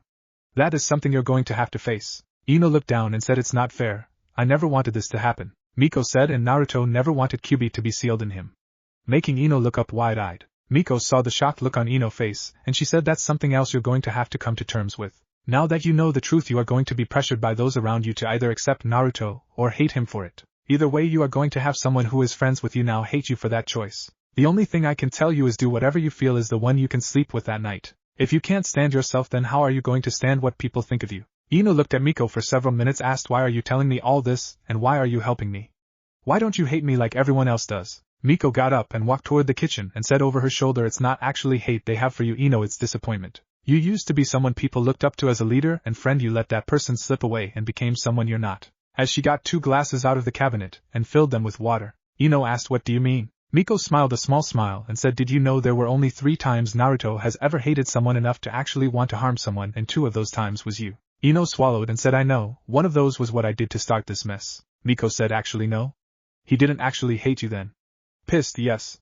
Maybe prank you by shaving your head bald and dye it blue like a smurf, possibly, but not hate. The 2 times he hated you was different. Ino turned as she watched Miko take a sip of water and asked, when were they then? Miko smiled a small smile and said, one was the day he gave you the name Ino Pig and Sakura forehead. Ino eyes got wide and asked, what? Miko smirked and said, don't remember, do you? It was back before you entered the academy. You had went to the park with Chu's wife and the boys, and Choji and Shikamaru went over to the sand to start playing, and you went to the swing to swing. It was the same day you first met Sakura. Ino looked thoughtful and said, yeah, I remember that. Why? Miko said, well, when you got to the swing someone was already there, and you asked that person could you use the swing. That person was Naruto, and he agreed and got up, and you asked him to push you, which he did. Ino bit her lip and after a moment said, I had forgot that. Miko said, I figured. Anyways, you swung on the swing for about 30 minutes with him pushing, and you and Naruto talked a little. That was the first time anyone his own age actually wanted to play with him. Anyways, after time a group of girls gathered around a tree and they were picking on someone. Ino said, I remember, it was Sakura. I ran over to her after the girls left, and we became friends. Miko snorts and said, funny, you forgot something that happened between the time of being pushed and the girls leaving. Ino looked confused and said, I did. What? Miko said, you forgot when one of the older girls picked Sakura up and slammed her into a tree, and you fell out of the swing and began to scream for Chu's wife to come help. You forgot when Naruto helped you up and you ran to get Chu's wife, but Naruto turned and took a more direct path and over to the girls, grabbing 2 handfuls of sand from the ground around the swing and threw it all over the girls around Sakura, making them scream because he screamed bugs. The girls all ran away screaming, thinking the dirt was actually bugs, and Sakura fell to the ground. Sakura was on the ground crying into her knees, and Naruto and her talked a few minutes, by which time you had returned and Sakura mother was with you and Chu's wife. Naruto, seeing the adults, got scared and left quickly to keep from getting into trouble, and Sakura ran to her mother. Ino said, well, okay, I guess that could be right, as I don't really remember, but why would that make Naruto mad at me, and how do you know all this? Miko said, I have my ways, but why Naruto hated you is a little later. Naruto returned and you and Sakura were sitting on the bench talking. You had just gave her a ribbon. Naruto walked up, and before he had a chance to say anything, Sakura stood up and said, thank you for helping me, but my mommy told us that you were a bad person. Ino covered her mouth as her eyes started to tear up, and she said, I remember now. Naruto was confused and said he wasn't a bad person, and whoever said he was lying. I remember I got up and slapped him and called him a liar, and that he must really be a bad person for calling Sakura mom a liar. I started to call for help screaming bad person, because I was told to call for help when bad people were around. Miko said, yeah. Naruto was hurt because all the kids started to repeat what you said, calling him a bad person, and circled him and pointing finger. He glared at you and Ino, and he saw the pigs on your headband, and he screamed holding his cheek, shut up, I know pig. Sakura stood up and said, shut up, you monster. And Naruto turned to her and said, those girls were right, forehead, you are ugly. As he ran away from all the kids crying. Ino said, I, as she looked at her knees she had pulled up to her chest. Miko said, word spread pretty quick after that with all the kids at the playground, and every time he went there they always would point at him and call him a bad person, and he blamed you for it because he thought of you as his first friend who did that to him. Ino said, I had only listened to Sakura mom when she told us to stay away from him because he was a bad person. I told her I thought he was nice, and so did Sakura, and her mom said mommies can tell who are bad people and you should listen to them, so since my mom was dead I believed her. As she looked down, Miko said that was the first time Naruto ever hated anyone, but the Hokage talked to him and told him that you didn't know who was bad and who wasn't, and after a long talk, Naruto forgave you because he was getting ready to start the academy then. Ino sniffed as she tried to stop crying and asked what was the second time he hated me. Miko said, remember when you were slapped by your dad and went to your room. You were hurting then and confused, but you asked him why he was hated. He told you about the Kyuubi, and in that moment you changed how you felt for him and gave him pity. He hates people feeling pity for him. Ino asked, but why? That doesn't make sense. Miko said, think about it, Ino. If all you have known in your life is hatred and then you are shown kindness, and it's not because people care for you but pity you, it's like giving a guy who's drowning a glass of water. Ino looked down and said, I didn't know, I just... Miko said, you just thought he was the poor little hurt boy who has the Kyuubi. You don't even care if it's someone you went to school with for years. You treated him like a common beggar on the street at that moment. He was mad at you for what happened to his home, but he didn't hate you. He understood it was an accident, but when you gave him that pity you were giving it to Naruto Uzumaki. You were giving it to the Jinchuriki of the Kyuubi. Ino whispered no wonder he left. Miko said well if that's all Ino, I have somewhere I need to go, can we talk later and give you some time to think? Ino got up and said yeah, I need time. As she quickly left. After she was gone Miko walked up on the porch and looked before leaping up on the roof and went toward a back alley nearby and jumped down before releasing the jutsu and left. Naruto entered the club and Davin said ah kid, I knew you would be back so come to try your luck. Rose will be out in a few minutes if you want some more time with her but she's with a client at the moment. Naruto frowned and said sure, let's try that game. As he walked to the roulette table, Naruto shrugged and said not a clue but let's just try this. As he placed 200 on 000, everyone blinked and placed their bets other places and the dealer spinned the wheel and let the ball roll 00 showed up shocking everyone and Naruto was paid 3-1 odds. Naruto said cool? And he felt a hand on his shoulder and Rose was standing there and said indeed it is Naruto-kun. I'm still sore from yesterday but I would like to try that stamina again. As she grabbed the front of his shirt and pulled him into the back room and then to her office/bedroom. Naruto blinked and asked did you have to make everyone think that? Rose snickered and said yeah, I did. You need to get a reputation as a ladies' man Naruto, and having a prostitute give you one will spread like wildfire. Naruto looked confused and said you're a prostitute. Rose snickered and said no, at least not now. I was once but I wasn't actually doing it for the money. I did it so I could get close to someone so I could kill him. As she walked over to her desk and sat down, Naruto asked what did you mean about my mother, and how did you paint that apartment so fast? Rose sighed and said well you're not the only one who knows Kagebun no just Naruto. I can only make about 6 but that was enough to paint that picture on the walls for you. Sit down and I will tell you about her. Naruto walked over and sat down while looking at her and Rose said I am not originally from Konoha Naruto. I was born in Whirlpool Country and that picture I painted was from my memories of the place. I was 5 years old when the village was destroyed during the war. As far as I know there were only 2 survivors of the village. Me and the woman who was my godmother, your mother. Naruto asked who was she. Rose grabbed a photo off her desk and looked at it, and said her name was Kushina Uzumaki. She was a ninja, a chunin when we came here. We lived here for 3 years during which time she met your father and fell in love and became pregnant with you. Naruto said who was he? Rose smirked and said let me finish telling you about your mother before I will tell you about your father okay? Naruto nods and Rose said she was so excited about being pregnant. They had been married secretly for a few months when she became pregnant. She was a tomboy at heart but she also was kind and gentle. She became a medic while we were here so she could be here for me. My parents died with Whirlpool Country but to me Kushina was my mother. In fact she was planning to adopt me after you were born so I could be your big sister but then the Kyuubi came and she was killed after giving birth to you. Naruto frowned and said stupid fox. He killed her didn't he? Rose shook her head and said no. I was in the hospital room when you were born. I was there when you were taken for the sealing. She was supposed to be alive to take care of you but about 10 minutes after you were taken a man came in and attacked her. She was weak from giving birth but she was able to break his hip and I attacked him, also blinding one of his eye and put a scar down his cheek but in the process he delivered a blow to your mother's head and threw me out the window. Making Naruto gasp. Rose sighed and said I had broken my leg, several ribs, a concussion and my hand from landing on the ground. I was found by Davin who was leaving the hospital and he took me to his private doctor and took me in after the attack. By the time I came around again Kushina was dead. I tried to find out about you but seeing as I was only around 8 at the time and you had already had some attempts on your life I had no chance to be near you since the only people who knew about me were dead. Naruto said I see, what happened after that? Rose said I wanted revenge for Kushina. Everyone acted like she didn't exist and her killer was getting away. I didn't know who he was or why he killed her but I vowed to find out. Davin tried to talk me out of it but I wouldn't be swayed so he did the only thing he could and that was to train me. Naruto was leaning forward listening and Rose said he taught me the trade of the black market, contacts, the walk, the talk, the act, and I used it to search the guy out. It took me 5 years to find him. I cornered him in an alley and here in Konoha I was questioning him why he did it after crippling him. Someone killed him from above before he could tell me who he was working for, and why he did it, and I was arrested by the Uchiha.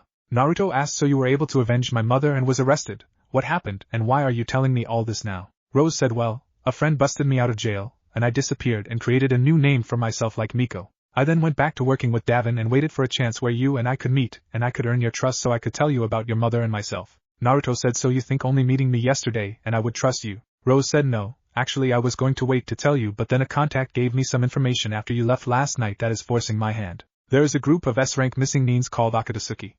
What their ultimate goal is I don't know but I do know they plan to start sometime this year tracking down all of the Jinchuriki and the tailed demons so they can kill the Jinchurikis like you and extract the demons. I don't want to see my Oturo die so I figured it I told you then you would work extra hard to get stronger. Naruto flinched and thought Oturo she called me her little brother. Rose saw the conflicting emotions on his face and he looked at her for several minutes and he said why do you call me your little brother? Rose said you don't need a reason to care for your siblings or to call them that. I know you may never accept me as your Nechan but you will always be my Oturo to me. Naruto asked who was my father. Rose got up still holding the picture in her hand and held it out to him, and said it's the only picture I have of them. As he slowly reached for it, Naruto's eyes slowly looked at it, and traced his eyes over every inch of the picture, as he recognized his father, and his eyes trailed over his mother, and the young Rose, and he said, do you think my parents would love me? Rose got down on her knees and pulled Naruto into a hug and said they would be proud of you for being so strong, Otuto. Naruto smiled and said thanks, Nei-chan. Rose flinched and let a tear fall and thought, I will protect you, Naruto. And she sat up and Naruto said, Nei-chan, if you're my sister then wasn't what happened yesterday wrong? Rose snorts and burst out laughing and said, oh, is my Otuto bashful now? No, Naruto, that was not wrong, and anyone who says it was can try to remove my size 6 shoe from their ass. Naruto said, I'm glad, I got enough shit I am dealing with right now than worrying I hurt my family by being stupid. Rose said, don't say that about yourself ever, Naruto. You're not stupid. That is what others want you to believe. Naruto asked, do you know about what happened with Ino? Rose said, yeah. Naruto asked, what do you think I should do about her? Rose said, I could tell you to forgive her or hate her, but I don't have to live with your decision, you do. Naruto said, I see, well I should probably be getting ready to leave. Rose said, before you go, can you do something for me? Naruto said, I can try. Rose got up and went to the wall and pulled a picture off the wall and slowly unlocked a safe and got a clothed item, and she came back and kneeled down again and said, your father gave this to me for my protection. It is probably the last one that hasn't been taken and destroyed by the Hokage. As she unwrapped the item and a tri-pronged kunai was in it, Naruto asked, what is it, Nei-chan? Rose said, it's the kunai for the Hiraishin jutsu.